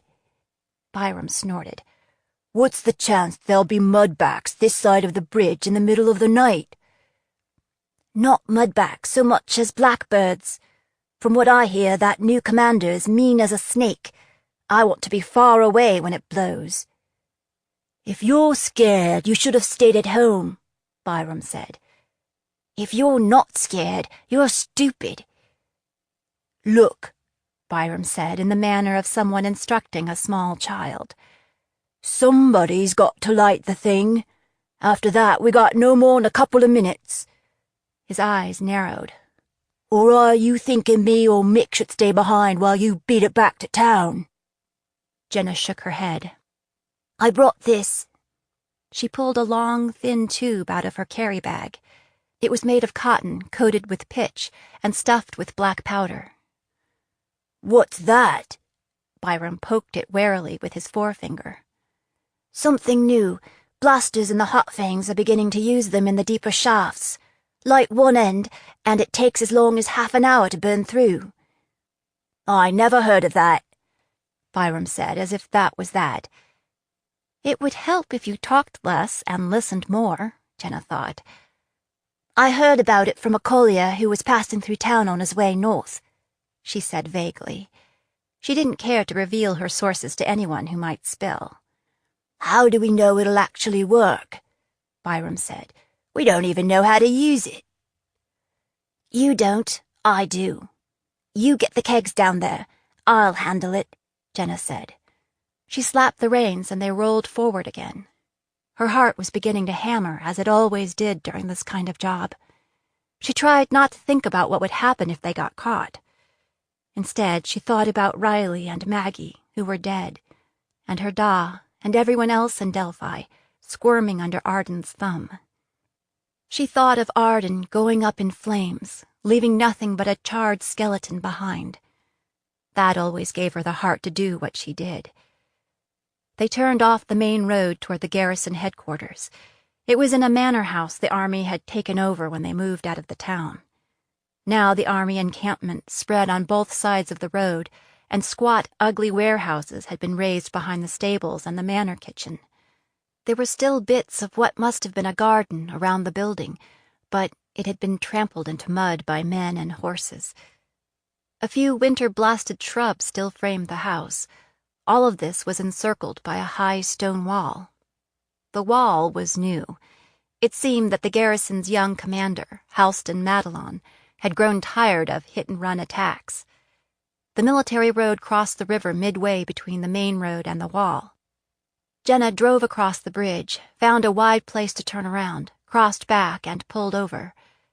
Mick and Byram wrestled 4 kegs of powder off the back of the wagon. They hauled them down to the water's edge. Jenna set the brake on the wagon and scrambled down after them, her carry bag slung over her shoulder. "Mick, you go up and keep a lookout," she said, though she'd have rather sent Byram. With him looking on, smirking and rolling his eyes, she was more fumble-fingered than usual, so it took longer than she expected to get everything tied together. 2 kegs on either end of the bridge, each with its own fuse. Kindling a spark, she lit both fuses. "These should go off at about the same time," she said. "I just don't know how long we have." "Maybe we should wait and see if it actually works," Byram said. "You can wait if you want," Jenna said, beginning the climb back to the road. "I'm the one with the wagon, and I'm heading back to town." After a moment, she heard Byram following after her. They scrambled back up the bank to where Mick waited with the wagon. Back in the driver's seat, Jenna released the brake and flicked the reins, and they began their descent toward the main road. The horses knew they were heading back home, so it was hard to keep them reined in. Before they reached the intersection, they saw a dozen riders galloping toward them from the main road. "Scummer," Mick muttered. Mick never said much, and when he did, it was usually scummer. As the riders drew closer, Jenna could see that they rode black horses with silver fittings and wore black capes over their black tunics and gray breeches. "Blackbirds," Jenna muttered and thought, scummer. "Blackbirds?" Byram squinted at them. "There's no way you could tell, that far away in the dark." "My eyes are better than yours," Jenna said. "You wait." Before long, there was no question who was riding hot toward them. Jenna would have preferred mudbacks, who'd leave you alone if you didn't get in their way. Most of them were reluctant recruits from the Down Realms, or mercenaries with no axe to grind. They just wanted to survive their time in the north and go back home. Blackbirds were the king's personal enforcers in the Empire, known to be as cruel and ruthless as the king himself. Meanwhile, behind them was a bridge that might blow up any minute. Jenna's heart had been beating fast before, but now it was thumping so hard it seemed the blackbirds couldn't help but hear it. Byram shifted on the seat beside Jenna as if he might launch himself into the dirt at the side of the road. "Don't you move," Jenna said, gripping Byram's forearm, digging in her nails for emphasis. "You can't outrun them, and there's nothing looks guiltier than running away. And keep your mouth shut." Byram bobbed his head, his face pasty in the moonlight. He seemed more than willing to shut up now. The troop of blackbirds surrounded their wagon, blocking the way. One of them nudged his horse in closer, so that when Jenna looked sideways, his black boots were all that she could see. She looked straight forward, gripping the reins hard, trying to keep her teeth from chattering. There was one thing in their favor. Being scared of the King's Guard wasn't unusual. It would have been more suspicious if they hadn't been nervous. "It's late to be out on the road," the blackbird said. Something about his velvet voice made Jenna's hair stand up on the back of her neck. "Yes, sir," she said. "Would you care to explain it?"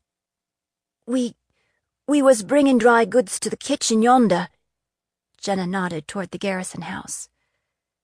"In the middle of the night." Jenna nodded, her gaze fixed on the wagon team. "Look at me, boy." Jenna looked up at the blackbird. His eyes were like twin coals set into his skull, or maybe more like marbles set over a straight nose and an almost lipless mouth. He was completely hairless, no brows or lashes, and his head was smooth as a billiard ball. He wore the insignia of an officer. Scummer, Jenna thought. It's Claremont. Mark Claremont was the commander of the King's Guard in Delphi, the spider that maintained the King's web of control here in the north. He was rumored to have a knack for torture. Once you came into Claremont's hands, you would talk. And when you'd spilled everything, then you would die. Slowly. At least he's not a mage, so he can't spell me to make me tell the truth. Jenna could always tell a mage. They had this peculiar glow about them, to her eyes, though others said they didn't see it. Very few mages ever came to Delphi, and those who did were all in the army or the King's Guard. Jenna suddenly realized that the commander had said something and she'd missed it. I'm sorry, sir. What was that?" "There's no reason to be frightened," Claremont said with a smile. He put his hand on her shoulder. When she flinched, he tightened his grip. She didn't like him touching her, but didn't dare fight back. Now she was the one who was tempted to bolt blindly without a plan. "What's your name?" Claremont said. "Monroe, sir." To Jenna's surprise, the lie spilled right out. So you could tell lies to the breaker after all.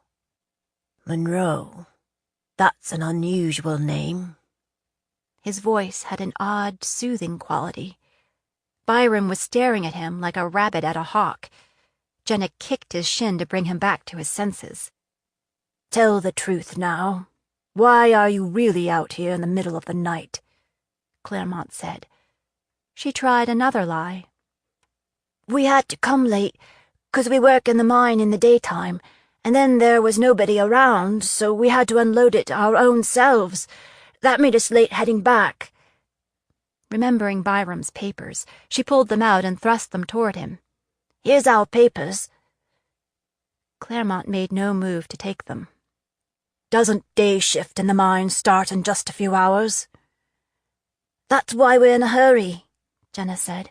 "Elsewise we won't get any sleep at all." Claremont gave her a long, searching look, then released her shoulder, settling back into his saddle, frowning as if he didn't know what to make of her. "What about you?" Claremont said to Byram. "Do you have anything to say?"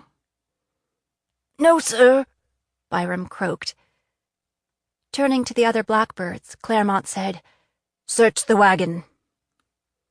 That didn't take long, because there wasn't much to see, except Mick huddled in a corner, ready to piss himself.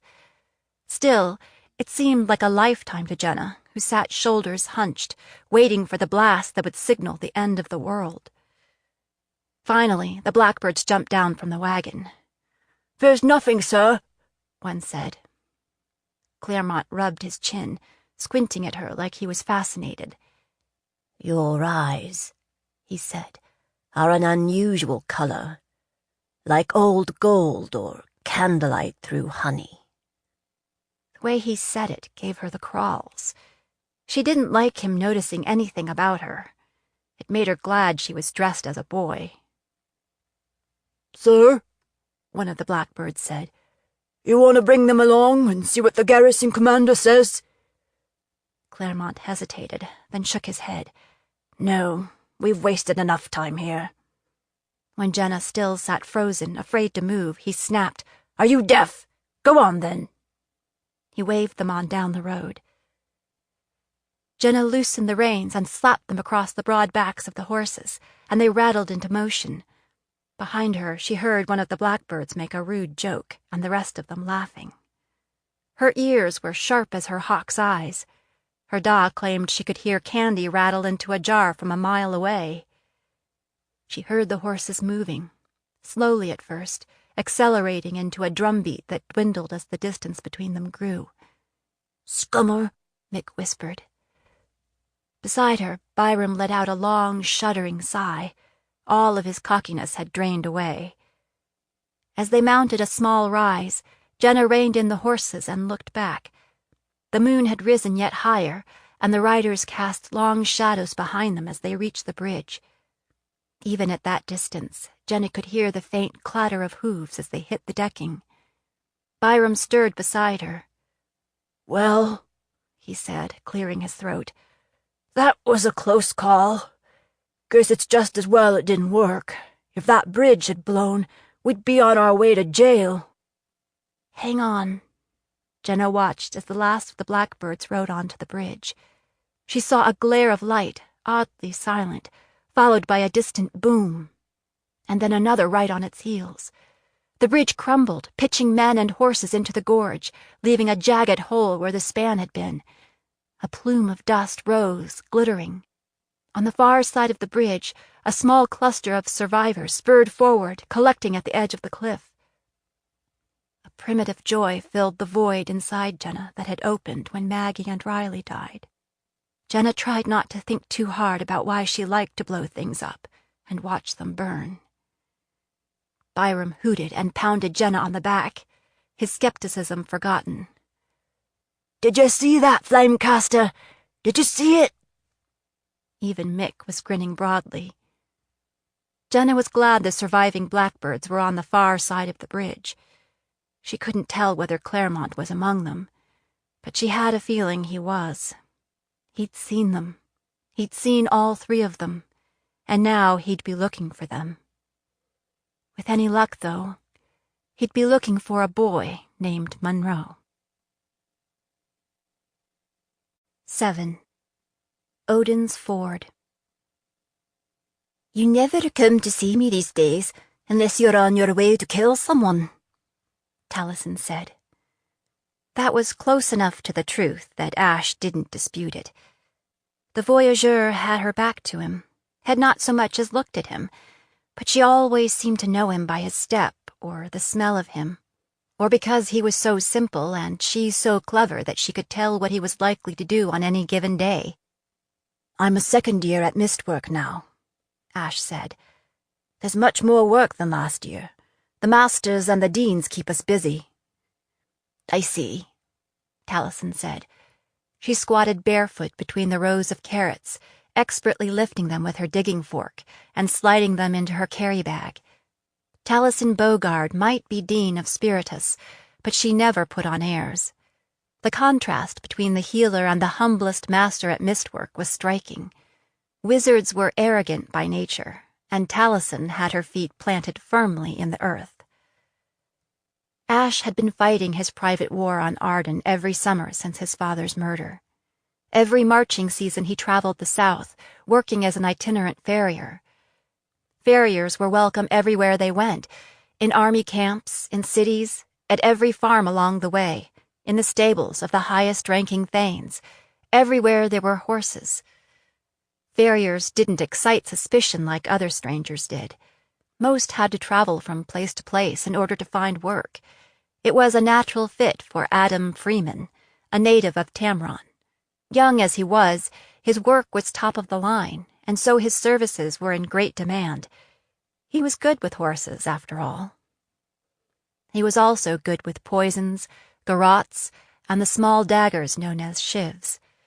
Poisons were his weapons of choice. Courtesy of Taliesin, he used compounds no one had ever heard of, that no southern healer would ever detect. It helped that green magic was considered witchery in Arden, and so was forbidden. Even if his poisons were identified, it was always too late anyway. Once he got to someone, they were already dead. By then, young Adam Freeman would be on his way somewhere else, trailing death and misery in his wake. Often it was one of the nobility, perhaps a thane who supported the king. It might be a commander or a general, or a blackbird who was known to be especially cruel. Sometimes an entire column of mercenaries took sick and were unable to march north for weeks. The summer sickness, they called it, guessing that it might be caused by mosquitoes. An encampment of recruits would break out with pustules that drove them absolutely mad with itching, or a severe dysentery that had them in the privy for days. That was attributed to bad water. When all else failed, Adrian resorted to his array of blades. He preferred to avoid bloodshed, because that left no doubt that there had been an enemy in their midst. He rarely took the life of a line soldier if it could be avoided, since many were unwilling recruits from the captive realms. It wouldn't make much of a difference strategically anyway. The King of Arden viewed them as expendable. He never targeted the horses either. For one thing, it would draw attention to his work as a farrier. For another, he preferred horses to most people. "This is not your usual hunting season," Taliesin said. "I thought I'd try something new. In the summertime, the southerners I want to kill are all in the fells, killing northerners. In autumn, I might find them at home." She finally turned to face him, shading her eyes against the declining sun. The sun was at his back, and his long shadows slanted across the rows. "You've grown so tall, mageling, in these 4 years," she said, as if she hadn't really looked at him for a while. "And handsome. Are you taller than your father was?" "I don't know. It's hard for me to remember now." That was a lie. He remembered exactly the measure of his father's arm around his shoulders, the distance between them when he leaned down to speak at Ash's level. Even the scent of him, leather and sweat and fresh mountain air. "Other men your age come to me seeking love potions." She looked him up and down again. "I suppose you're not in need of those." "No," he said, shifting from foot to foot. Taliesin still had the power to put him off balance. She was the closest thing he'd had to a mother since coming south. A mother who was nobody's fool. "Quit fondling that jinx piece," Taliesin snapped. "It makes me edgy." Witches had no use for amulets. She wiped sweat from her brow with her forearm, leaving a smear of dirt, then tossed a digging stick at him and pointed with her fork. "Here, finish that row." Idle hands made her edgy, too. Ash squatted next to her. He was in a hurry, but he knew better than to rush his longtime teacher. There was a price to be paid for access to Taliesin's vast inventory of plants and expertise in poisons. "Where are you off to this time?" Taliesin said. She seemed to have a talent for breaking into his black moods. "Me? I'll be in the Southern Islands, studying in the Library of the Arcane, and collecting herbs for the healing halls." "Where will you be, really?" "It's better if you don't know," Ash said. Though she'd never admit it, he knew that she worried whenever he was away.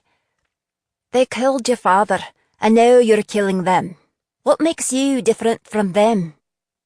It was part of their bargain that he would listen to these lectures now and then. "They fired the first bolt," Ash said. "If they'd stayed in the South and left us alone, I'd have no quarrel with them." "Poison is such a scattershot technique," Taliesin said. "You never know where your bolt will land." "I know that, but I'm careful, and I'm good at what I do. I had the best teacher." If he thought he was offering an olive branch, she slapped it away. "I did not teach you to travel about, leaving death in your wake," she snapped. "I thought you intended to heal yourself by healing others." "I do heal others, 3 seasons of the year. As for the rest, that's a public health measure. Consider how many premature deaths I'm preventing. The lives I take are balanced by those I save." "You should stay here and work with me," Taliesin said. "You may not think it, but you still have much to learn." She paused for a response, but he said nothing. "The time will come when you will wish that you were a better healer." Ash thrust his stick into the soil with vicious jabs. "Teach me how to bring the dead back to life. Then I'll stay and listen." That shut her up for a while.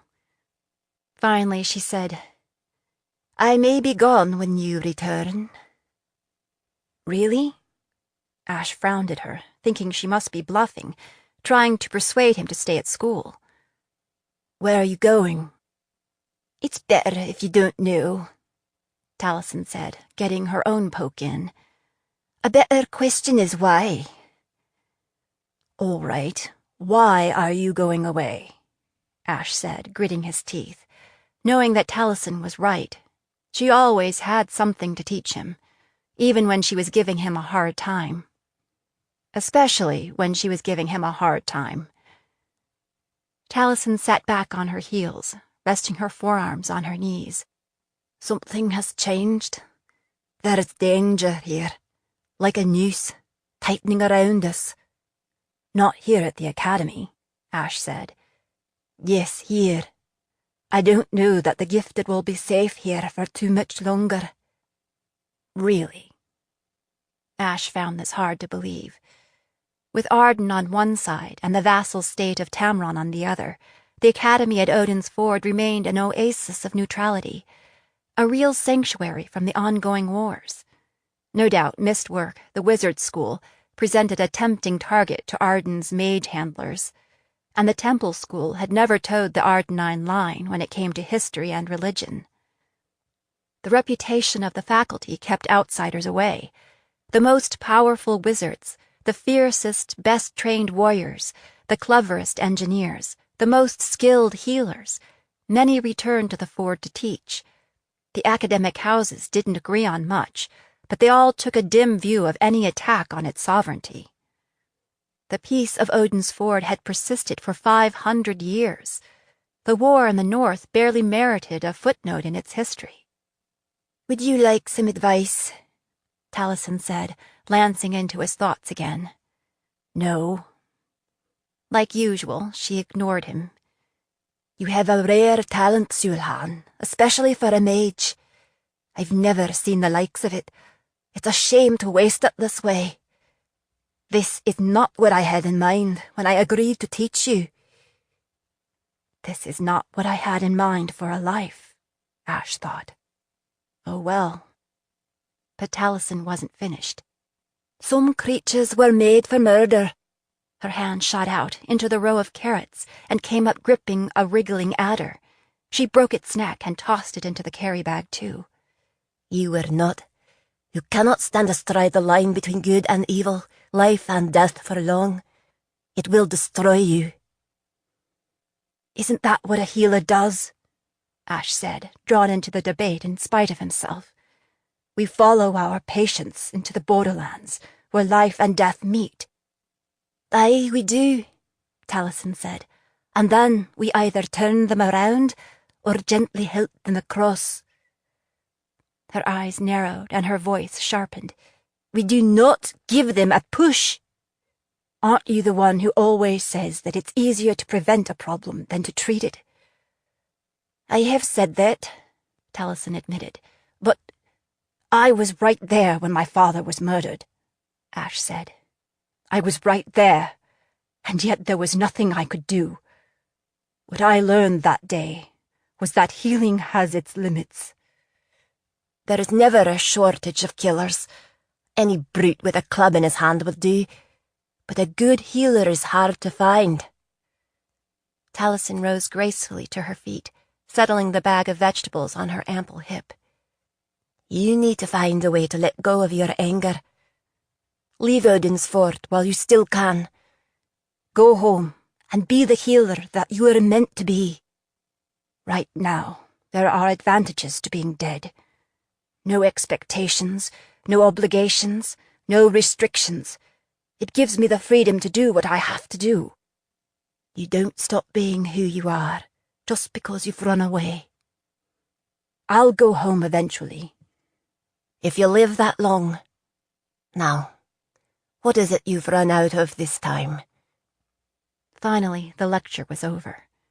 Ash had his list ready. Geddonweed, Black Adder, Sweet Misery, Doll's Eyes and Wolfsbane, Sweet Forgetting. Sweet Forgetting. For witnesses, Ash said. Despite what you think of me, I try to keep bloodshed to a minimum. I don't know why you always come to me, Taliesin grumbled. Your decoctions, infusions, and tisanes are as good as mine. They're good, Ash allowed, just not as good. Besides, I'm in a hurry. You are always in a hurry these days, Taliesin said, but she'd already surrendered. All right, then. Come with me. Ash handed her his carry-bag and followed her into her cabin, breathing in the fumes from the pots that simmered on her wood stove all year round. He wrinkled his nose at something new, a foul stench that made his eyes water. Did something die in here? Those are the eels I'm having for supper, Taliesin said. You're welcome to stay. It didn't take long for her to put Ash's kit together, once she quit stalling. Still, by the time he left her cabin in Tamron Wood, following the road back to school, it was nearly dark. Though the weather was still warm, the sunny southern days were growing shorter. The scent of night-flowering spice lily hung like lust in the air, just one more sign that the season was turning. This is the dying time, Ash thought, morbid to the bone. You've got to stop thinking so much. It's the end of term, after all. In fact, he'd been through a series of grueling exams that day. He was magically depleted and bone-weary, and he wanted to make an early start the next day. Still, he knew from experience that it might not be easy to escape into the oblivion of sleep. He entered the academy by the postern gate, treading the well-worn path through the park, used by countless students on their way to and from mischief. Just past the gate, he turned down the path toward Stokes, the Proficient's dormitory, which housed senior-level students from several academic houses.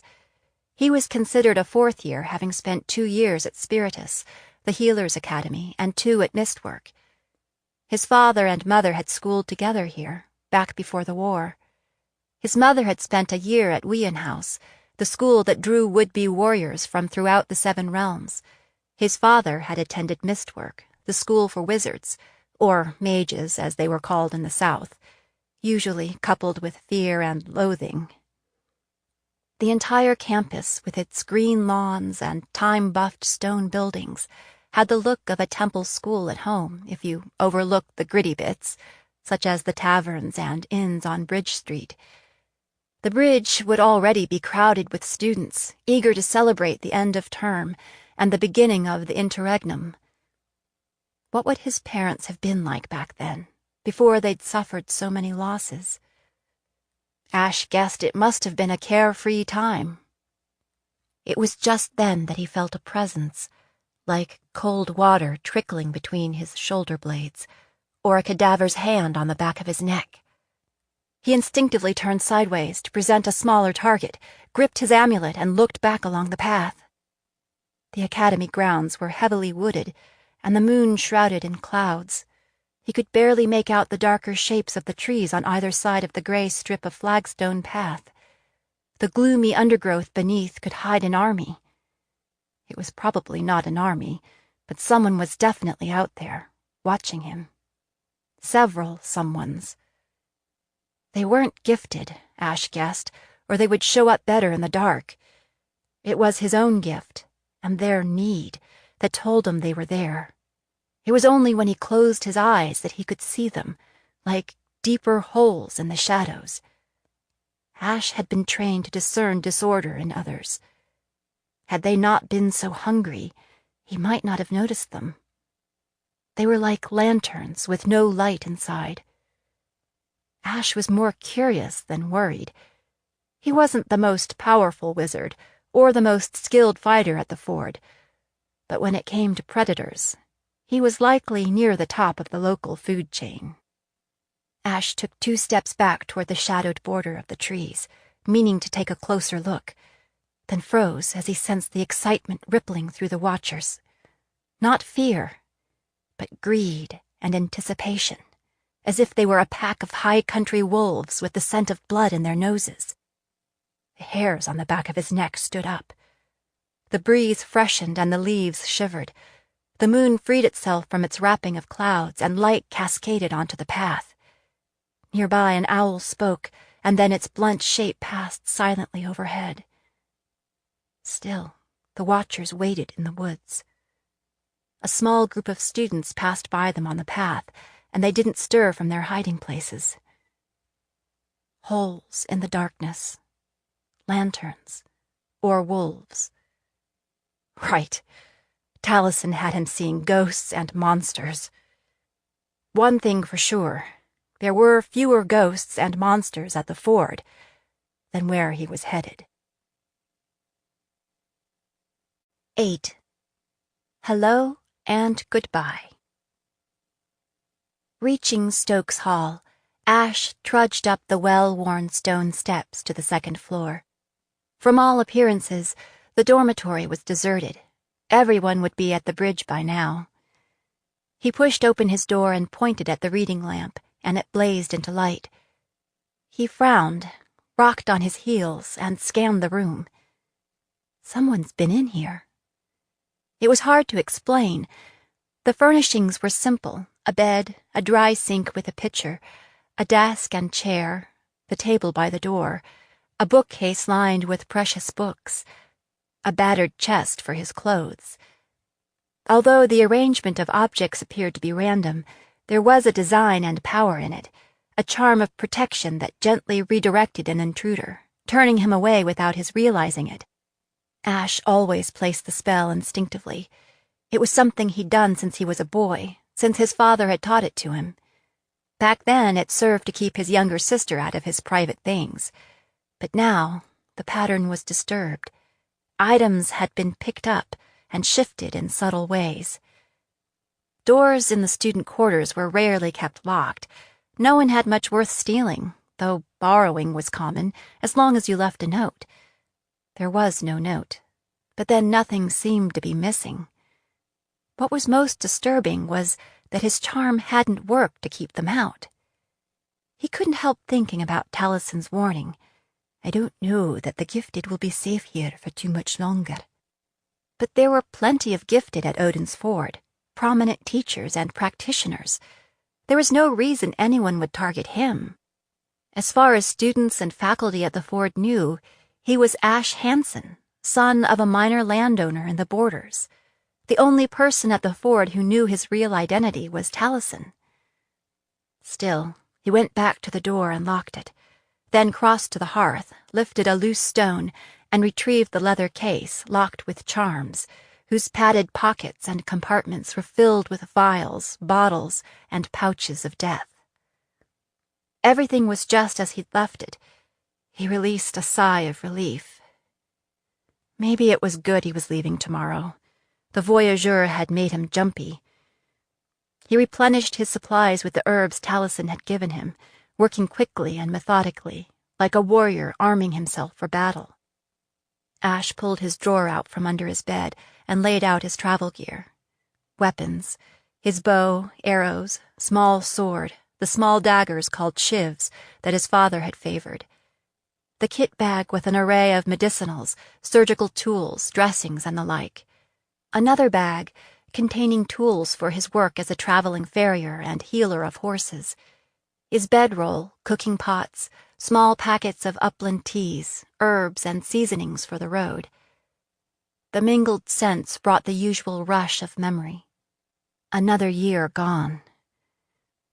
Though he'd told Taliesin that he preferred being off the map, he couldn't help thinking about the family he had left. Liz would be 15, preparing for her name day on her 16th birthday. They'd been close. The gulf between 11 and 13 wasn't so large, and they were both spares in the royal hierarchy. Did she still miss him the way he missed her? 4 years is a long time when you're 11 years old, especially when you carry the weight of the world on your shoulders. Would she have boys buzzing around her by now, the way Hannah always did? What kind of queen would she be? From what he remembered, she'd be happier playing the basilka or the harpsichord. After Hannah died, he'd promised Liz he'd help her, that he'd be there for her when she came to the throne, that she wouldn't have to manage on her own. That promise still sat heavily on his conscience. He could still keep his promise, he told himself. There was still time. She wasn't queen yet. But there was no telling how he would be received. He wouldn't blame her if she slammed the door in his face. As far as he knew, his mother had not remarried, though he guessed there would be pressure to do so. An unmarried queen was an opportunity for alliances, something the Fells desperately needed. He preferred not to think about it. Still, more and more, he longed for home. He wanted to climb out of the cloying, sweet southern air into the clean, pine-scented mountains, a place where the northern winds needled the nose and cleared the head for thinking, a place that, even now, would be filling with snow. If wishes were horses, even beggars would ride. It was something his paternal grandmother used to say, the one who burned to death in a stable long before Ash was born. His father often told stories about life on the streets of Fellsmarch, trying to make that piece of his heritage real to him. "I never knew my Da," he'd said. "I want you to know yours." Ash sorted quickly through his single trunk of clothing. He'd leave behind his heavy winter cloak, woven of upland sheep's wool, spun in the grease to turn the rain and snow. He'd bring his warm-weather rain gear, beaded and stitched with clan charms. Clan goods were treasured throughout the 7 realms, so that wouldn't mark him out as a northerner. Studying his shelves of books, Ash chose 2. One was Tisdale's, the green magic handbook he'd used since his arrival in Odin's Ford. The other was a small, battered volume bound in leather, a guide to poisons. Taliesin had given it to him, but not without making her opinions known. With everything assembled, he quickly stowed his supplies in 2 panniers, distributing the weight as evenly as he could. When all was ready, Ash considered taking advantage of the deserted dormitory to carry his panniers to the stables and stow them there. In the end, he returned them to the drawer under the bed. He didn't want to risk their being discovered in the unlikely event the stable boys mucked out the stalls again before he left. Just as he got his gear stowed away, there came a knock at the door. "Ash, it's Lila." That would be Lila Barrowhill, a Southern Islander cadet from Wean House, the military school. "It's open," Ash said. "No, it's not." "Oh." Ash unlocked the door and swung it open. Lila stalked past him and dropped into a chair like she owned the place. In fact, he might not have recognized her without an introduction. She'd replaced her dun-colored Wean House uniform with a long blue skirt and a close-fitting blouse that exposed her shoulders and set off her dark skin. Her tangle of curls was pinned up and she rouged her lips. "How come your door was locked?" "I didn't realize it was," Ash said, sitting down on the bed. Lila was one of a handful of Southern Islanders at Wean House. Most attended either the Temple School or Eisenwerk, the engineering school. She looked to be of mixed blood, actually, and she spoke several languages fluently, including Felsian. Up to this year, they'd rarely crossed paths. Wean House was on the opposite side of the river from Mistwork. Lila also seemed to spend considerable time away from school.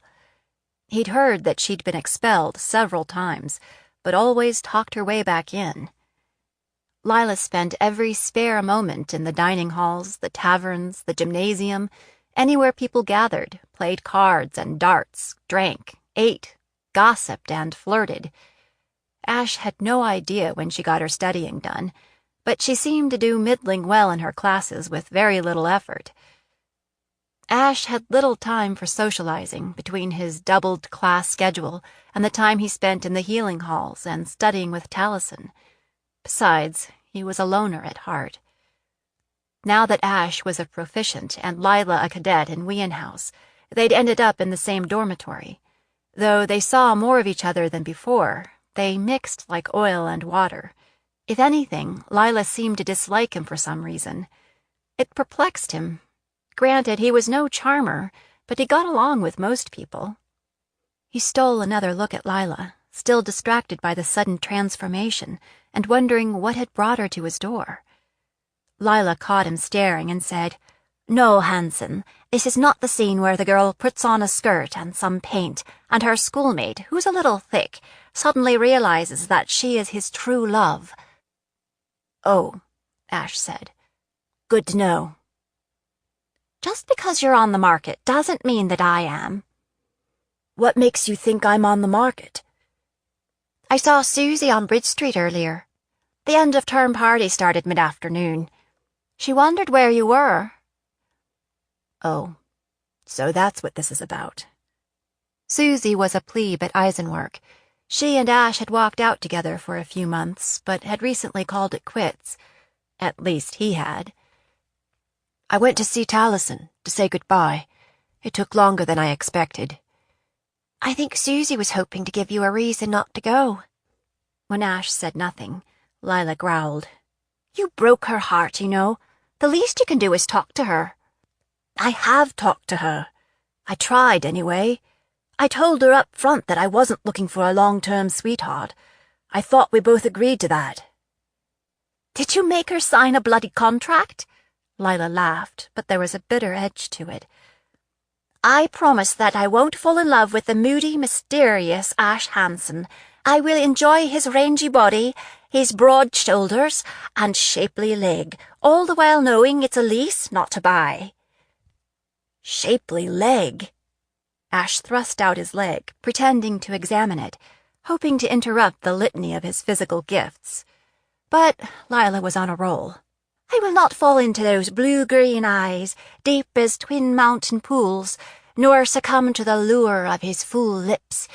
Well, I will succumb, but for a limited time only, and the stubble. Have I mentioned the stubble?" Ash's patience had run out. Lila was far too fluent in Felsian for his liking. "Shut up, Lila." Isn't there anyone who meets your standards? At least I have standards. He raised an eyebrow. Ouch! Lila clutched her shoulder. A fair hit, sir. A fair hit. Her smile faded. The problem is, hope is the thing that can't be reined in by rules or pinned down by bitter experience. It's a blessing and a curse. For a long moment, Ash stared at her. He would have been less surprised to hear his pony reciting poetry. "Who knew you were a philosopher?" he said finally. "Now, if you're staying, let's talk about something else. Where's your posting this term?" I'm going back to the Shivering Fens, Lila said, where the taverns are as rare as a day without rain, where you have to keep moving or grow a crop of moss on your ass. Goodbye, poetry, Ash thought. Sounds lovely. You can't get a better posting? Not with my record, Lila said, not meeting his eyes. But you have a choice. You're going back to Freetown. There aren't enough dusty old libraries and indecipherable manuscripts for you here. There's plenty, Ash said, but they have different dusty old libraries and indecipherable manuscripts in the Southern Islands. Anyway, I need a change of scenery. How will you get there? I hear that Arden has stepped up patrols along the river, all the way to Deepwater. I'll go via Sand Harbor, Ash said. It's a little out of the way, but I want to go to the market there anyway. He schooled his face to display nothing. Drunk or sober, Lila didn't miss much. He shouldn't have worried. Lila was already restless, shifting in her seat, on to the next thing. Listen, she said. Reynard Tourant is hosting an after-hours party over at the Turtle and Fish. Everything's bound to be top shelf. Want to come? Ash stared at her, surprised. Lila had long since given up inviting him to parties. Not if it means spending time with Tourant. Aw, come on, Lila said. It's not that late, and you've scarcely come out with us all term. I've been busy. Ash slid a sideways look at Lila, wondering if Susie would happen to be at this party too. Anyway, given Tourant's reputation, I'm surprised you'd want to go. I can take care of myself, Lila said, which was certainly true. It might be my last chance to spend an evening with drunken Ardenine swine, for a while. Besides, Tourant insists on introducing me to some rising star in the Ardenine army. If he's a rising star, then what's he doing here? Lila shrugged. Maybe he wants to recruit me. Wait till he finds out I don't have the right equipment. What do you mean? Lila slapped at the front of her skirt. And here, I'm not a man. Ash rolled his eyes. If I didn't know better, I'd think you preferred the company of swine. At this point, he was being just about as disagreeable as he knew how. A girl can learn a lot from a drunken southerner, Lila said, bestowing that familiar, tight-lipped smile that could mean anything at all.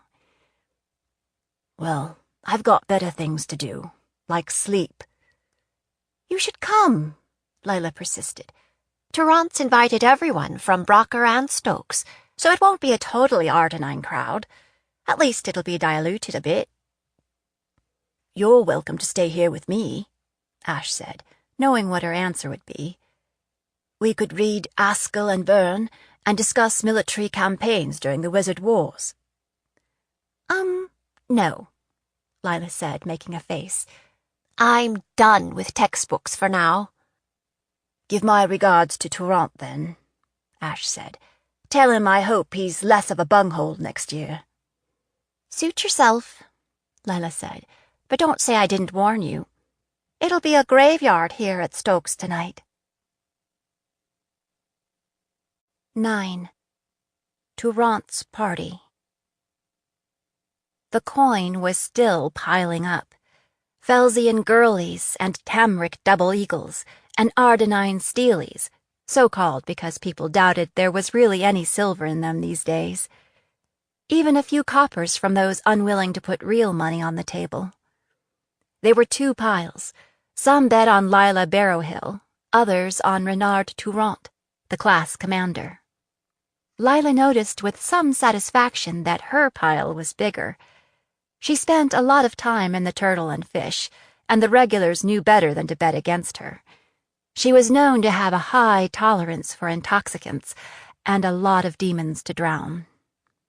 Those who bet on Tourant were only brown-nosing, and they stood to lose. Tourant had secured a table next to the kegs, so he could play the gracious host. His father was a high-up in the Ardenine army, which meant he had a paved road to the top. All of the high-ups in the Ardenine army were men, because in Arden, apparently, there were no competent women. The class commander fancied himself a ladies' man. Lila suspected he took his standard-issue Wean House uniforms to a tailor, because they always had a custom fit. He also sported one of those ridiculous tiny mustaches that probably take hours to achieve, but that look like a shaving mistake. Around them seethed a sea of dun-colored uniforms, just like her own, save the markings of rank. It was nearly all Wean House, nearly all Arden, with just a splash of mistwork black here and there. No temple white at all, which was probably a good thing. "Is everything on the table?" Lila said, looking around for more takers. "All right, then. You ready?" she said, looking across the table at Tourant. The commander nodded, his face shiny with sweat, his knuckles whitening as he gripped his ale. "Hey now," Lila said, grinning. "No worries. I'll cover your tab out of my winnings." He flushed russet. "Go," he said, tipping back his head, gulping noisily. Lila shook back her hair, opened her throat, and poured the ale down. She thunked down her glass moments before Tourant did. "You lose," she said, scooping up her share of the money, leaving enough on the table to cover the drinks. This was timely, at least. She'd been thinking she'd need some traveling money. Tourant slammed his hands down on the table, going white with fury. Funny how he could change colors like that. You! Turning away, he scooped up a fresh tankard, drew off some ale from a smallish keg, then thrust it into Lila's face. "Try this one. Lieutenant Rochefort brought it all the way from Ardenscourt." "Did he now? Does he have his own brewery? Raising a little money for the war effort?" Lila accepted the tankard with the exaggerated care of someone who's a bit lushy already. Peering into it, she saw a muddy brown brew with a rather musty nose to it. Not as top shelf as she'd expected. She looked up to find Tourant watching her. "Where is this Lieutenant Rochefort, anyway?" she said. "I'm eager to meet him." "He'll be here," Tourant said. "Soon. He had some business to attend to." He gestured toward the ale. "What do you think?" Lila made a show of gulping some down, then wiped her mouth with her sleeve. "It's quite complex, isn't it?" she said. "Indeed," Tourant said, smirking. "It's not the usual Tamric swill." His gaze shifted so that he was looking over Lila's shoulder. "Here's Rochefort now. You can thank him in person." Lila swung around, coming face to face with the newcomer. In contrast to Tourant's plumage, the visitor's clothing was finely made but subdued, without the markings of rank. He had a lean, sinuous build and fine-boned artist's hands. His skin was pale and unmarked, as if it had never seen sunlight. His eyes were hazel, oddly pale under thick, dark lashes, and his hair was the same color as his ale. Blood and bones, she thought. Destin Carn. What are you doing here? "Lila Barrowhill, may I introduce Lieutenant Dennis Rochefort," Tourant said, seeming eager to make it a three-way. "Lieutenant, this is Cadet Barrowhill, the one I told you about." His eye twitched, and Lila realized that Tourant was trying to wink and not quite succeeding. Lila had been working with Destin Carn for 2 years now, long enough to know that the younger Karn was a chameleon of a man who could play any part, who could take on the colors of his surroundings, just as he was doing at that very moment. She just wasn't sure who the real Karn was. Destin's father, Marin Karn, was commander of the Ardenine army and of the military campaigns against Tamron, Delphi, and the Fells. He was the architect of Arden's captive mage program, in which they used flashcraft collars to force wizards to fight alongside them.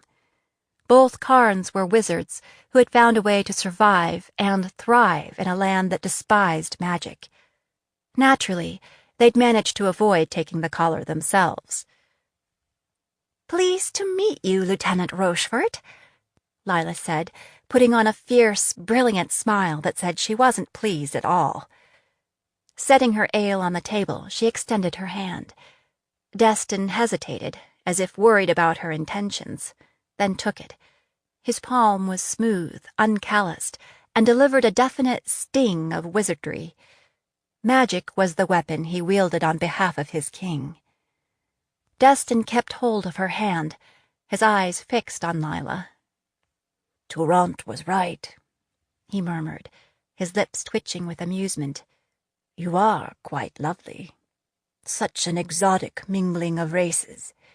We don't have officers like you at home." Lila bit back the first retort that came to mind. "No," she said, withdrawing her hand, "you don't."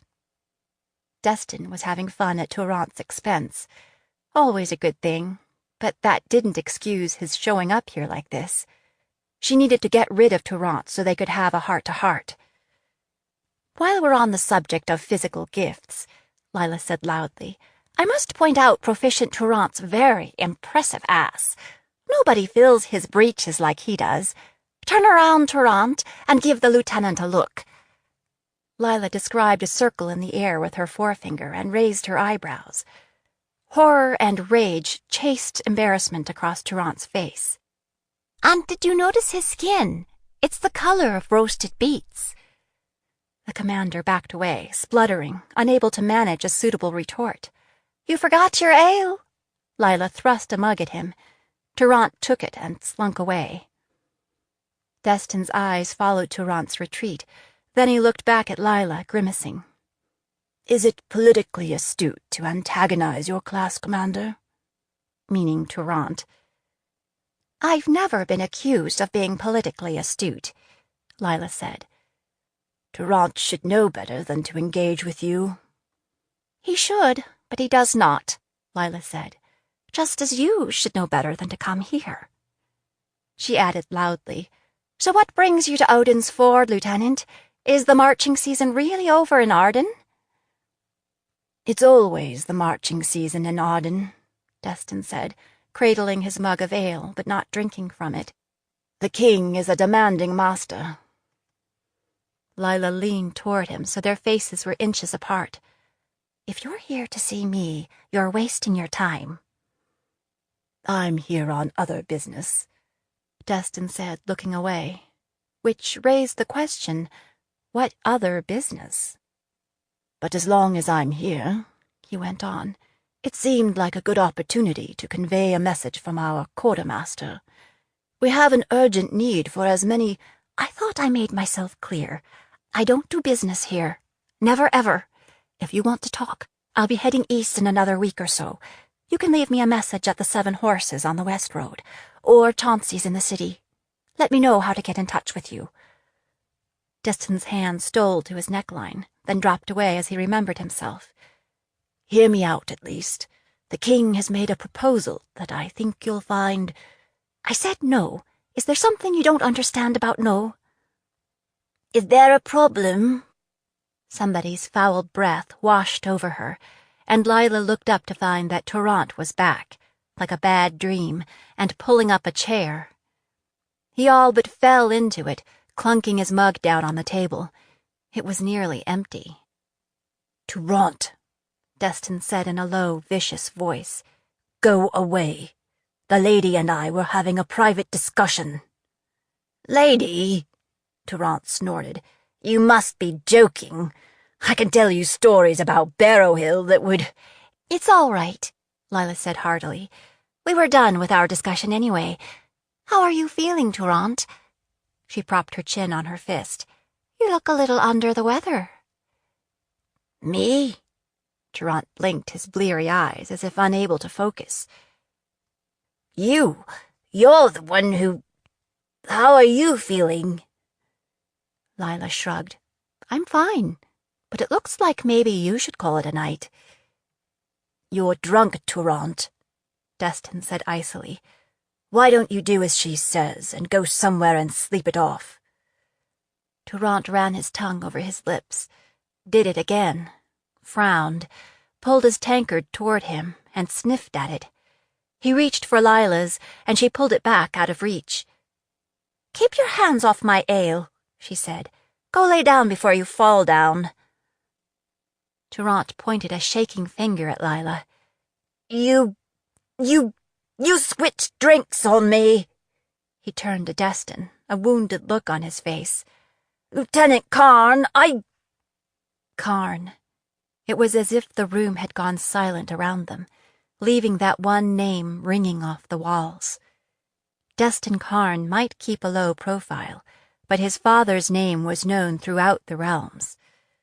Karn planted both hands on the table and leaned in toward Turant. "Imbecile! Have you lost your mind?" Lila saw death in Destin's face and wondered how far her own usually reliable Sharp's face had slipped. "Ease up, Lieutenant Rochefort," she said. "Turant's just a little confused is all. He gets that way when he's drinking. No harm done." "But she switched drinks on me," Turant persisted. "See for yourself." The cadet shoved his tankard toward Rochefort Karn. The lieutenant snatched it up and hurled it into the fireplace, where it shattered, sending shards of glass flying everywhere. "Temper, temper," Lila thought, picking a sliver of glass out of her arm. Destin seemed to keep a lot of anger bottled within his sleek skin. "I don't know what you're talking about," she said. "Why would I want to switch drinks? And why would it matter anyway, since it all came from the same—" Turant swayed in his seat, wilting before her eyes, then slammed face down on the table. "Really, Turant," Lila thought, "did you think I'd actually fall for the turtled ale trick?" Turant snored on, drool pooling on the table beneath his open mouth. Lila took a quick look around, what she should have been doing all along. All around the room, people were slumped over tables, snoring in corners, sprawled on the floor, with the exception of a dozen Ardenine cadets, hard-faced and totally sober, and they all stood between Lila and the door. "Yeah, you're clever, Lila," she thought, panic flickering through her. "You were so focused on the turtleweed trap that you didn't notice the other one closing around you." "Well, Rochefort," she said casually, as cold sweat trickled down between her shoulder blades. "Who knew that Turant can't hold his ale?" "Who knew?" Destin said evenly. Pushing to her feet, Lila crossed to the row of kegs, scanning the room for a way out. Saw none. She turned back toward Destin. "All this talk makes me thirsty. Would you like another?" He shook his head. Lila filled a new cup and set it down on the table, her mind working furiously. It didn't make sense. Arden wouldn't break the peace of Odin's Ford in order to dispose of a black sheep cadet who'd become a valuable Ardenine spy and an important black market supplier. Could they really have nailed her this quickly? If so, she'd underestimated them. Unless she wasn't really the target. Unless they just wanted to keep her and everybody else out of the way, long enough to... Bones. Bloody, bloody bones. Ash! Ash was the target. Destin was watching her, still as a coiled snake. "Watch my ale," she said. "I'll be right back." Destin's hand shot out and gripped her wrist. "Sit down, Lila," he said. "Please, stay a little longer." Let go of me, Karn, or lose the hand. I said I'll be right back. Where are you going? To the privy, Lila said. Now let go unless you want me to piss in your lap. Lila could see the indecision in Destin's eyes. She guessed that he and his crew wanted to do whatever they'd come to do and get out without being noticed. She was banking on that. All right, he said, releasing her wrist. Hurry back. We're not done talking yet. Maybe you're not, Lila thought, but I am. I just hope I'm not too late. 10. Blood hunger. Ash awoke from a nightmare into a nightmare. It was the weight on his chest that aroused him, as if someone had placed an anvil there. He opened his eyes to find a man smiling down at him, a man who might have been a demon out of the old stories. His face was framed in the cowl of his rough-woven robe. His pale skin stretched across the bones around the caverns of his eyes and the slash of his mouth. A pendant dangled free at his neck, some kind of amulet. No, it was a tiny gold cup, like the kind used to dose medicines. Something in the man's face reminded Ash of the Canis fungus addicts who lived in the caves in the Spirit Mountains, growing their hallucinatory mushrooms in the dark. Ash tried to lift his hand to move the weight off his chest, and found he couldn't move, not one finger. When he looked down the length of his body, he saw nothing to explain it. He sought his gift and could touch nothing. It was like pumping from a dry well. Nor could he touch the shivs under his pillow or behind the headboard or hidden in the book on his bedside table. The robed man gripped the chain of Ash's serpent amulet, lifted it over his head, and tucked the pendant into his carry-bag. Then he brought out a knife, a wickedly sharp, thin blade, the hilt inscribed with runes and symbols. He waved it before Ash's eyes, making sure he got a good look at it. The man spoke softly, a cadenced Malthusian prayer in Ardenine. Then he switched to the common speech. Rejoice, mage, for I am a priest of the true church, come to cleanse you of the taint of sorcery. Ash felt the cold metal of the blade against his arm. A stinging pain told him he'd been sliced. Then, horribly, his attacker lifted Ash's arm to his lips and sucked the blood from the wound. The man shivered, closing his eyes as if it were syrup of poppy. Blood was smeared all around his mouth until he wiped it away with one hand. He uncorked a small bottle and poured something burning into the gash. Ash screamed, but made no sound, struggled and thrashed, but moved not a bit. Sweat pooled beneath the small of his back, soaking the linens under him. The blade man raked a hand through Ash's hair, then lifted the bloody knife, cut a lock away, tied it with a thread, and put it into a little bag at his belt. A trophy. Ash struggled again to move, to raise a wizard flame, to cry for help. Nothing. That was when he realized that he was going to die. The priest drank from the wound again and smiled a beatific smile, his teeth rimed with blood. I do so wish that we had more time and a private place to do this properly, he said, running his cold fingers along Ash's collarbone, seeking the pulse point. I would take you up in small sips, slowly draining you of sin and substance until the mana-in slips away like a whisper in the dark. With a healthy young demon such as yourself, the cleansing ceremony can last for hours. He sighed. It's a lovely ritual and a peaceful end. He sighed again. But my brothers will be here soon, and then, I'm afraid, it will be something of a feeding frenzy. As if on cue, Ash heard the door to his room slam open. The priest muttered a curse, and his movements now became quick and purposeful. He grasped Ash's chin and shoved it back and up. Ash closed his eyes and sent up a prayer to the Maker, expecting the touch of steel at the base of his neck, where the great vein comes close to the surface. The assassin made a new sound, a cross between a grunt of surprise and a gurgle. Something warm and wet splashed across Ash's bare chest, and his chin was suddenly released. He opened his eyes just as his attacker slid sideways onto the bed, his own knife sticking out of his throat. "Ash!" Lila's voice was soft and urgent. "Are you all right? Did he stick you?" Her face appeared within his field of vision, eyes narrowed with worry. Ash could only stare at her helplessly. Lila sucked in her breath and ran her hands over him, looking for a point of entry. Her hand stopped over his heart. "What's this?" The suffocating weight was gone. Ash pushed up on his elbows. Lila was holding something on her palm, like a dark spot. When she passed it under the light from the window, Ash could see it was a stone, a burnt sugar color, veined with crystal.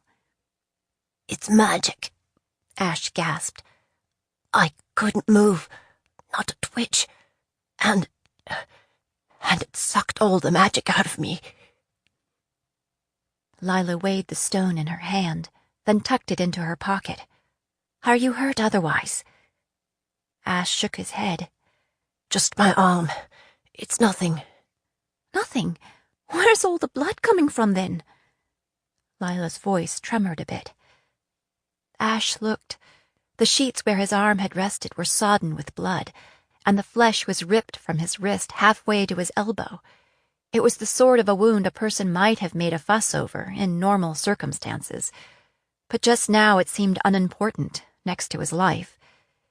He flexed his fingers and found the tendons and nerves intact. Blood still ran freely down his arm, and he pressed it tightly to his side to staunch the bleeding. An anticoagulant, he thought, his training kicking in. They use an anticoagulant to keep the blood flowing. "He took my amulet," Ash said hoarsely. "It's in his bag, on the floor. There." He pointed.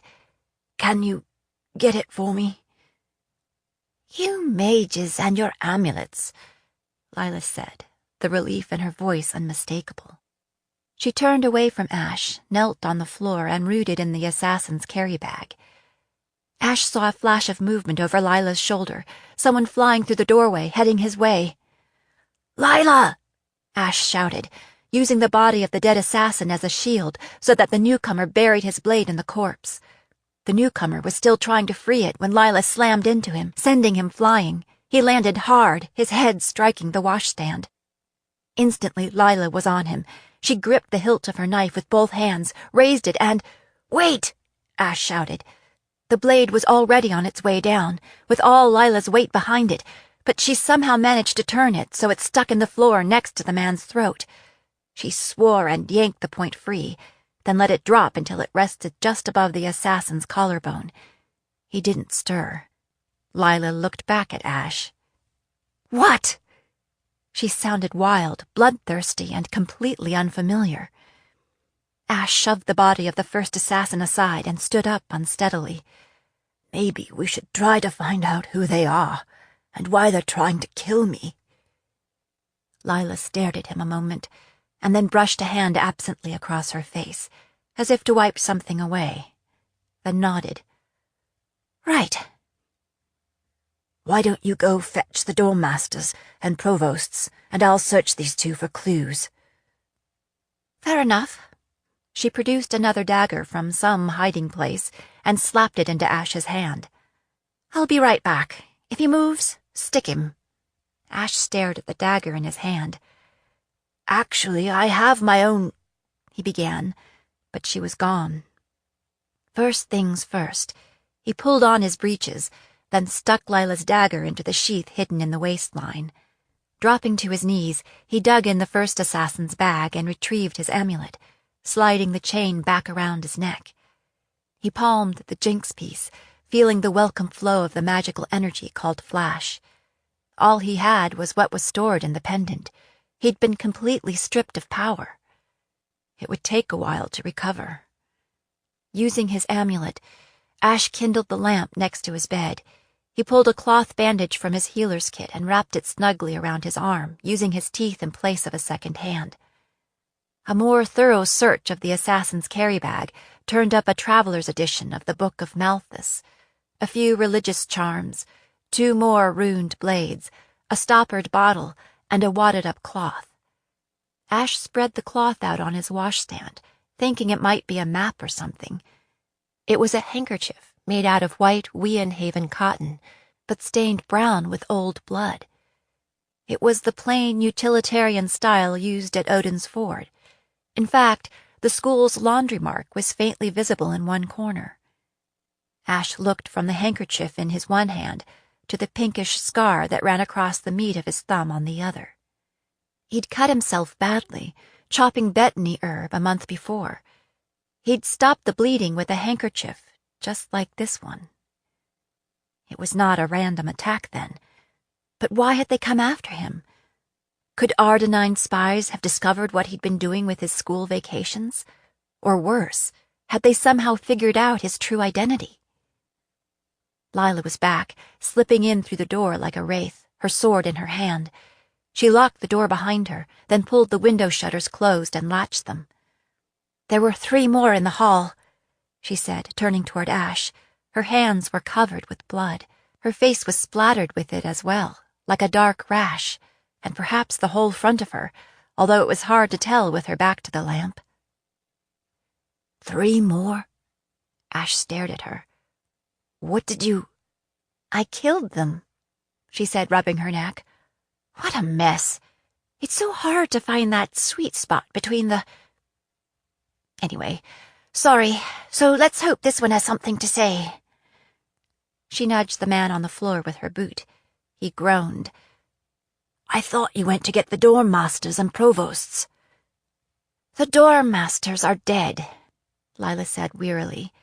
"Here at Stokes, anyway. They must have killed them on their way in. 2 provosts as well." The news was like a punch in the gut. After 4 years, it was hard to let go of the notion that this was a place of safety, with rules, and people to enforce them. He'd become accustomed to being the predator, not the prey. Taking in his reaction, Lila said, "Look, the provosts are used to dealing with drunken students and domestic squabbles, not professional killers." Ash was learning things about Lila Barrowhill that he had never known before, things he wasn't sure he wanted to know. His hard-drinking dorm mate had just dispatched multiple armed men without making a sound. Ash had his secrets, and so, apparently, did she. "By the way, thanks for saving my life," Ash said. "Good that you came home early." Lila snorted. "Don't thank me just yet." Ash extended the handkerchief toward her. "He was carrying this in his bag." Lila took it, examined it under the lamp, and handed it back. "I don't get it," she said. "I think they follow a blood scent," Ash said, wadding the cloth in his fist. "This is my blood. Somebody here at school must have given it to them." He stopped then, realizing that he had nothing to say about why they might do that. "Yeah," Lila said, scowling. "Somebody must have." Her expression suggested that she had a candidate in mind. She leaned against the wall where she could watch both the man on the floor and the door. "Well, what are you waiting for? Interrogate him." "Me?" Ash's brain wasn't working as well as it usually did. "No, one of the other mages in the room." She pointed her chin at the assassin on the floor. "Time is wasting. We've got to get out of here." His subject was as pallid and gaunt as the dead man on the bed. Ash gripped his amulet with one hand and pressed the other into the assassin's chest. Then he concentrated and forced the assassin into consciousness, using the direct magical pressure called persuasion. Being a Flatlander, the man would likely have little knowledge of or defense against wizard interrogation techniques. The priest opened his eyes and fixed them on Ash. His hands scrabbled on the floor like claws trying to gain purchase. Ash flinched backward, then took a deep breath to calm himself. "Who are you?" Ash asked in common. his voice cold and hard. "What is your name?" The man squirmed as if to avoid the wizard mind pressing down on him, but there was no place to hide. "My name is Eusebia," he said hoarsely, in Ardenine-accented common. "I am of the Darien Guild." "Darien Guild," Ash repeated. "What's that?" "Redeemers of mages," Eusebia replied. He had stopped squirming and was staring at Ash, his eyes shining with desire. "We are the Blades of Malthus, who cleanse the world of sorcery." "There are lots of mages here. How did you choose me?" "We smelled your blood. We tasted it when we were given the kill." "Somebody gave you the kill. Who told you to kill me?" "A mage," Eusebia said, eyes slitted against the wizard light, as if it hurt his eyes. "A mage? What mage?" Ash leaned closer. "What was his name?" Eusebia shrugged, as if mages were mages. "He said there were many mages here, but you were the one to be redeemed." "You heard him say that?" Ash pressed. "You spoke with him?" The Darien shook his head. "The mage spoke to our master, and our master spoke to us. It seems that this mage is a man of faith." "What faith?" Annoyance flickered over Eusebia's face. "The true faith, the Church of Malthus. Don't pretend that you—" Eusebia's voice trailed off as his attention was diverted. He eagerly extended a hand, palm cupped. Ash followed his eyes. Blood had soaked through the bandage on his arm and was again dripping onto the floor. The Darien brother was trying to catch the drops. Ash jerked his arm away, and Lila slammed Eusebia's wrist to the floor with a booted foot. The Darien screeched like he was being tortured. "Hey, that hurts!" "Then stop that," Lila said. Maybe it was the light, but her face looked to be a strange gray-green color. The Darien brother went limp, and Lila removed her foot. Ash pushed with his mind again. "Did he tell you why I was to be killed?" "You are Adrian Sulhan, the get of an unholy union between a powerful mage, Han Sul Alger, and the Witch Queen in the north."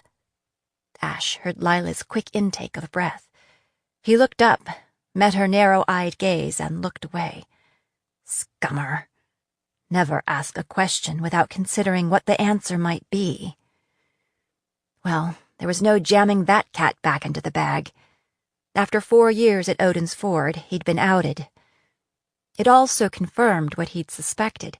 It was not a random kill. "What if you're wrong?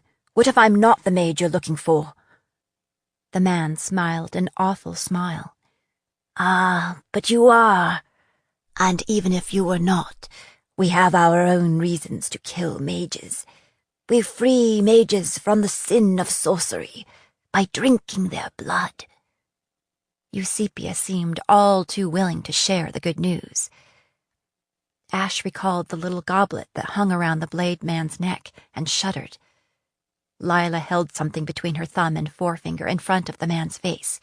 "What is this?" It was the stone that had paralyzed Ash.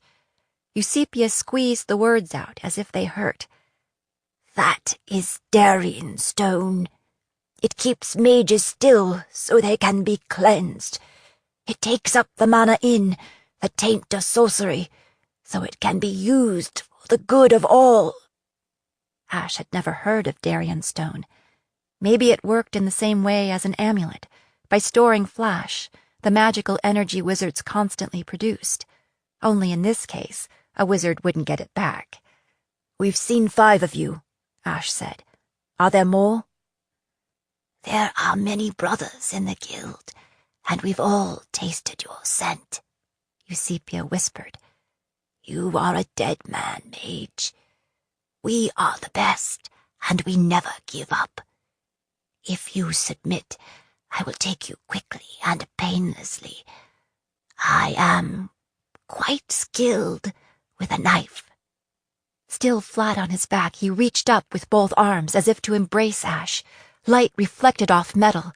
Ash jerked backward as the blade slashed past his throat. Then instinct took over. In one movement, he'd drawn his borrowed dagger and pinned the Darien brother to the floor, with the blade through his chest. Lila all but impaled him a second time. Blood and bones! Lila looked from the dead priest on the floor to Ash and back again, then shook her head in disgust. I didn't even search the blood-sucking crow. I'm too stupid to live. I didn't search him either, Ash said. Lila pulled her blade free, using her foot to stabilize the body. I'm sorry, Hansen, or Sulhan, or whoever the hell you are. He gave me the all-over crawls. Ash couldn't argue with that. Eusepia's eyes were open, and it still seemed like they followed him around the room. Finally, he dropped his bloody handkerchief over the Darien's face. Enjoy, he thought. Come on, Lila spoke briskly, breaking the spell of indecision. Let's bind up your arm again so you don't bleed to death. We need to change clothes, pack up, and get out of here. Ash stared at her, his thoughts muddled by loss of blood. What are you talking about? Lila wiped her dagger on the assassin's robe and shoved her sword back into its scabbard. She worked quickly, but spoke slowly, as if to the dim-witted. The peace of Odin's Ford is broken. Clearly, princeling, Arden knows you're here and wants to cleanse the world of you. Unless you're good with that, we need to go. I'm not a princeling, Ash thought, but didn't say it out loud. Lila crossed to the window, threw open the shutters and scanned the empty moonlit yard, then pulled them closed again and latched them. I'll be right back, she said. Don't open the door to anyone but me. And she was gone again. Ash was beginning to feel dizzy and weak from loss of blood. He needed to do something about that before he was too far gone. He sat down on the hearth, his healer's kit next to him. Look on the bright side, he thought. At least poison's not a worry. It would have been washed out long ago. Ash cleaned the wound one-handed, then packed a poultice of herbs over it. He was in the process of trying to wrap it again when there came a tapping at the door. It was Lila, dressed in clean, nondescript clothing, saddlebags over her shoulder. She'd scrubbed the blood off her face and hands, too. Dropping her bags by the door, she gripped Ash's elbow and led him back to the hearth. Here, let me help you with that. We've got to hurry, and I can't have you falling off your horse. She sat next to Ash and began wrapping, but not without wrinkling her nose at the smell of the herbs. At least maybe the stink will keep those bloodhounds off your scent, she said. Are you sure Arden's in on this? Ash asked, leaning his head back against the fireplace. Odd that it was a wizard who ordered the kill. Our family has enemies at home. It could have been one of them. Maybe, Lila said, clearly humoring him. But I don't think so.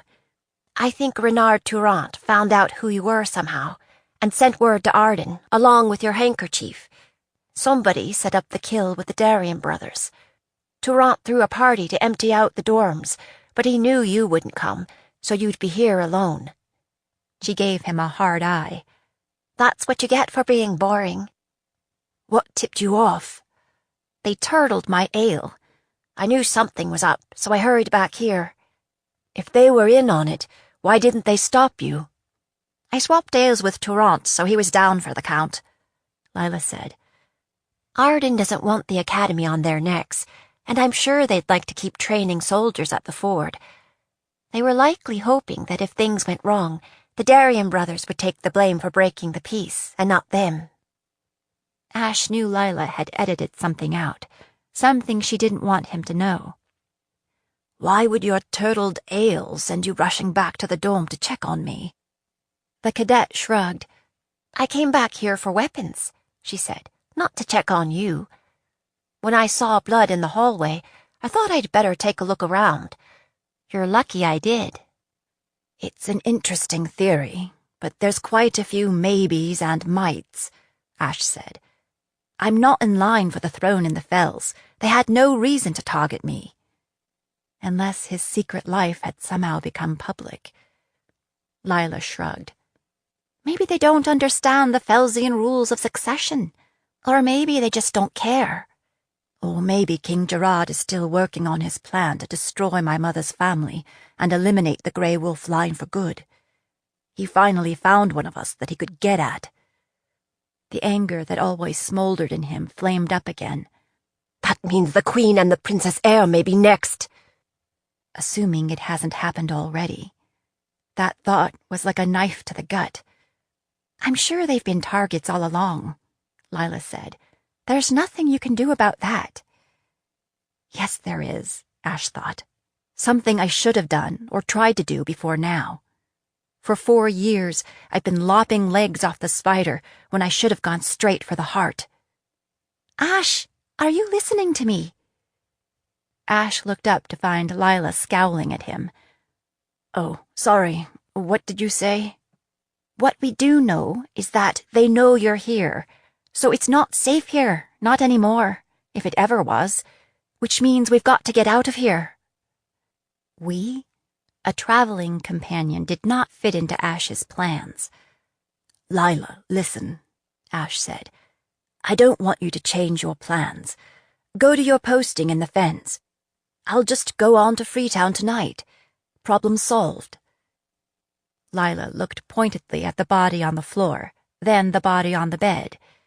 Right, she said with a sour grin. How many people here know about your plans to go to Freetown? How long before those bloodsuckers are hunting you there? I can take care of myself, Ash said stiffly. They won't catch me by surprise again. No, Lila shook her head. Now that your secret is out, the safest place for you is back in Fellsmarch, and that's where I'm going to take you. She gave him a sideways look. It's worth it to stay out of the swiving fens. So what's your interest in this? What makes you think we should partner up? I'm not talking about being partners, Lila said. I'm hoping there'll be a reward in it for me. As soon as I collect, I'm gone. She rubbed her fingers and thumb together. Now change your breeches. We won't get far if you look like you've been the guest of honor at a bloodbath.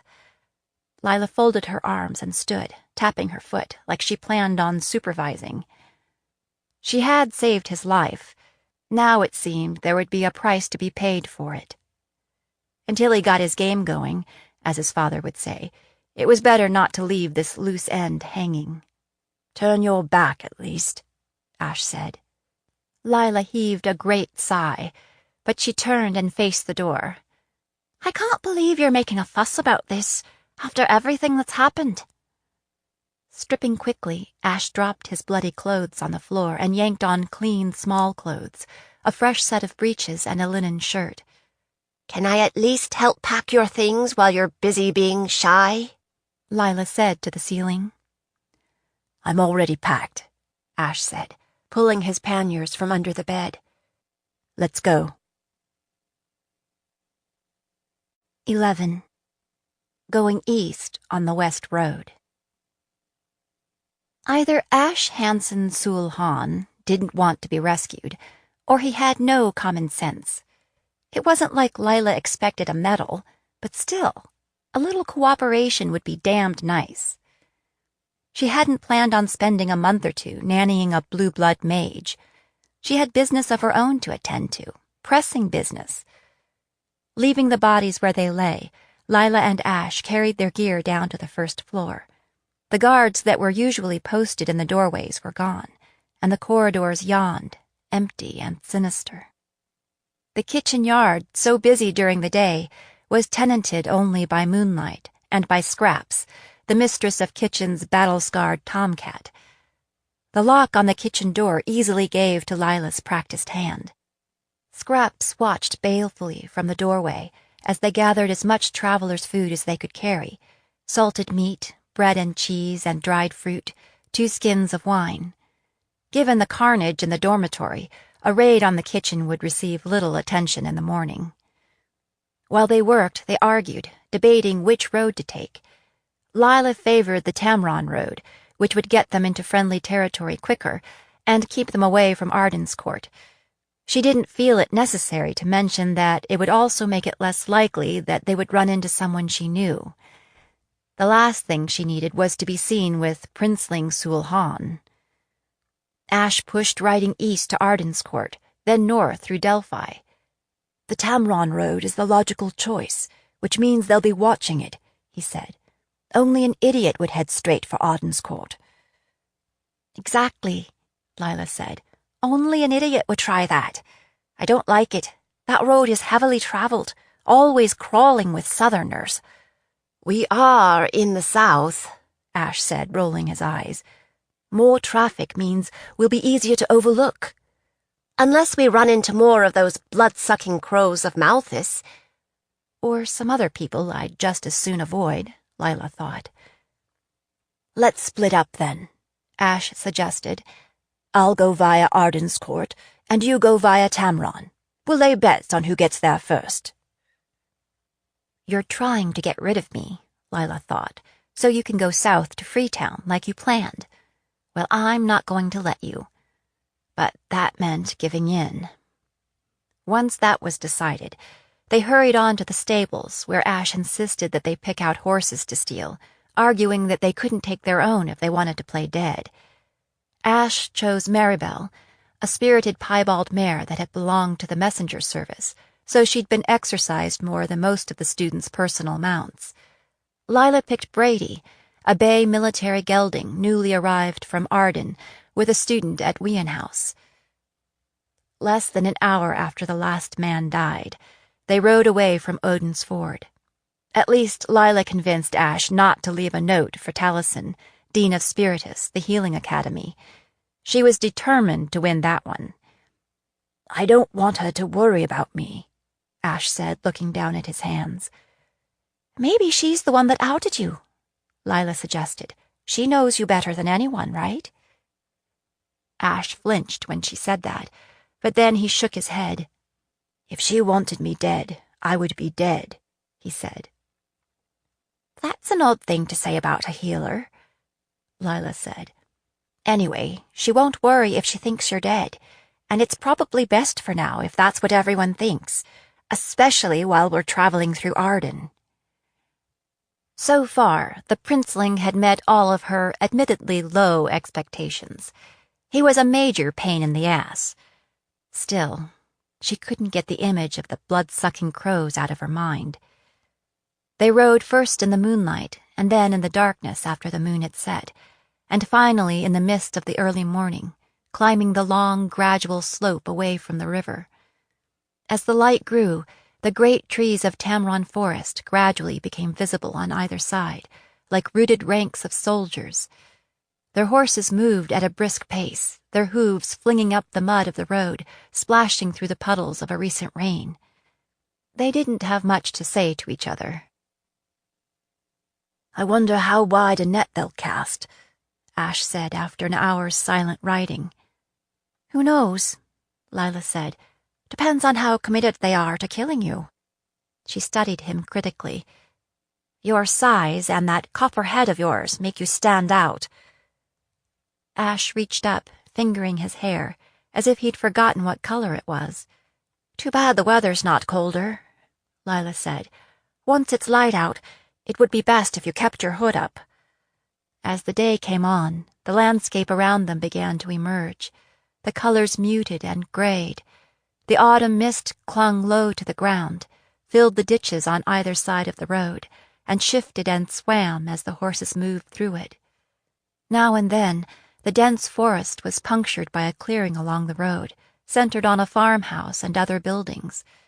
The shapes of people drifted through the yards like ghosts. Farmers rose early. Tamron Forest crowded close to the road, as if anxious to reclaim it, and Lila found herself startling at every sound. The roots of great trees broke through at the berm, and the canopy often met overhead, shutting out the frail light. Any assassin hidden along the road would be but an arm's length away.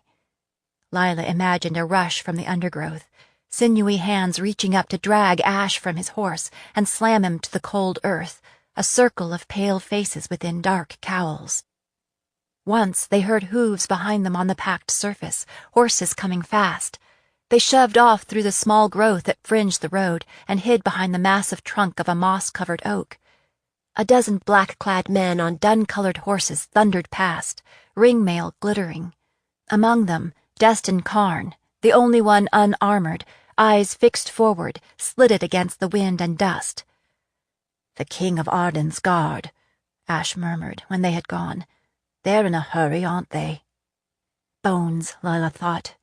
Destin Karn of everyone might expect me to take this road. I told him I was going to, after all. Is he hunting me after I ditched him on Bridge Street? Or is he hunting Ash? Does he suspect that I helped him escape? Maybe he's just hurrying home to report the bad news. Now they proceeded more cautiously than before, aware that the soldiers they'd seen might double back when the trail grew cold. When they began to see traffic upon the road, Lila led the way back into the woods, penetrating several 100 yards before she chose a camping place, a defensible spot with a low hill at their backs. They built no fire. It wasn't worth the risk. They left their horses saddled, fed them, and tethered them to a long lead to allow them to browse. Then they threw their blanket rolls on the ground in a grove of trees. They sat up for a bit, eating cheese and bread, passing one of the wineskins back and forth until it was empty. Lila ached all over, courtesy of the rough and tumble in Stokes, and from riding horseback cross-country for the first time that season. Ash sat with his back against the trunk of a tree, one knee bent, the other leg straight. He said little, though she noticed he was favoring his arm. By the time they finished the wine, Lila could scarcely keep her eyes open. "I'll take first watch," Ash offered. Lila shook her head. "I'll be fine," she mumbled, her lips oddly numb. You've got to be exhausted from loss of blood and having the flash sucked out of you and all. Let me just get up and walk around a bit. That'll wake me up." "Hey," Ash said, putting a hand on her arm. "Go to sleep. You don't have to be the hero every single time." "All right," Lila yawned, "but wake me up at midday, and I'll take over." She slid into her bedroll and was immediately asleep. When Lila awoke, shivering, the sun was low on the horizon, the light nearly gone. It took her 2 tries to sit up, and then her head spun so that she had to brace herself with her hands. She was stiff and sore from lying too long on the ground, half covered in leaves, and her mouth tasted like the floor of an unmucked stall. "Ash?" She looked around the clearing, and the motion nearly put her flat on her back again. "Ash?" she said, a little louder. Brady stood a short distance away, looking at her, ears pricked forward, still chewing. The other horse was gone. A scrap of chamois was pinned to a nearby stump with Lila's own knife. It bore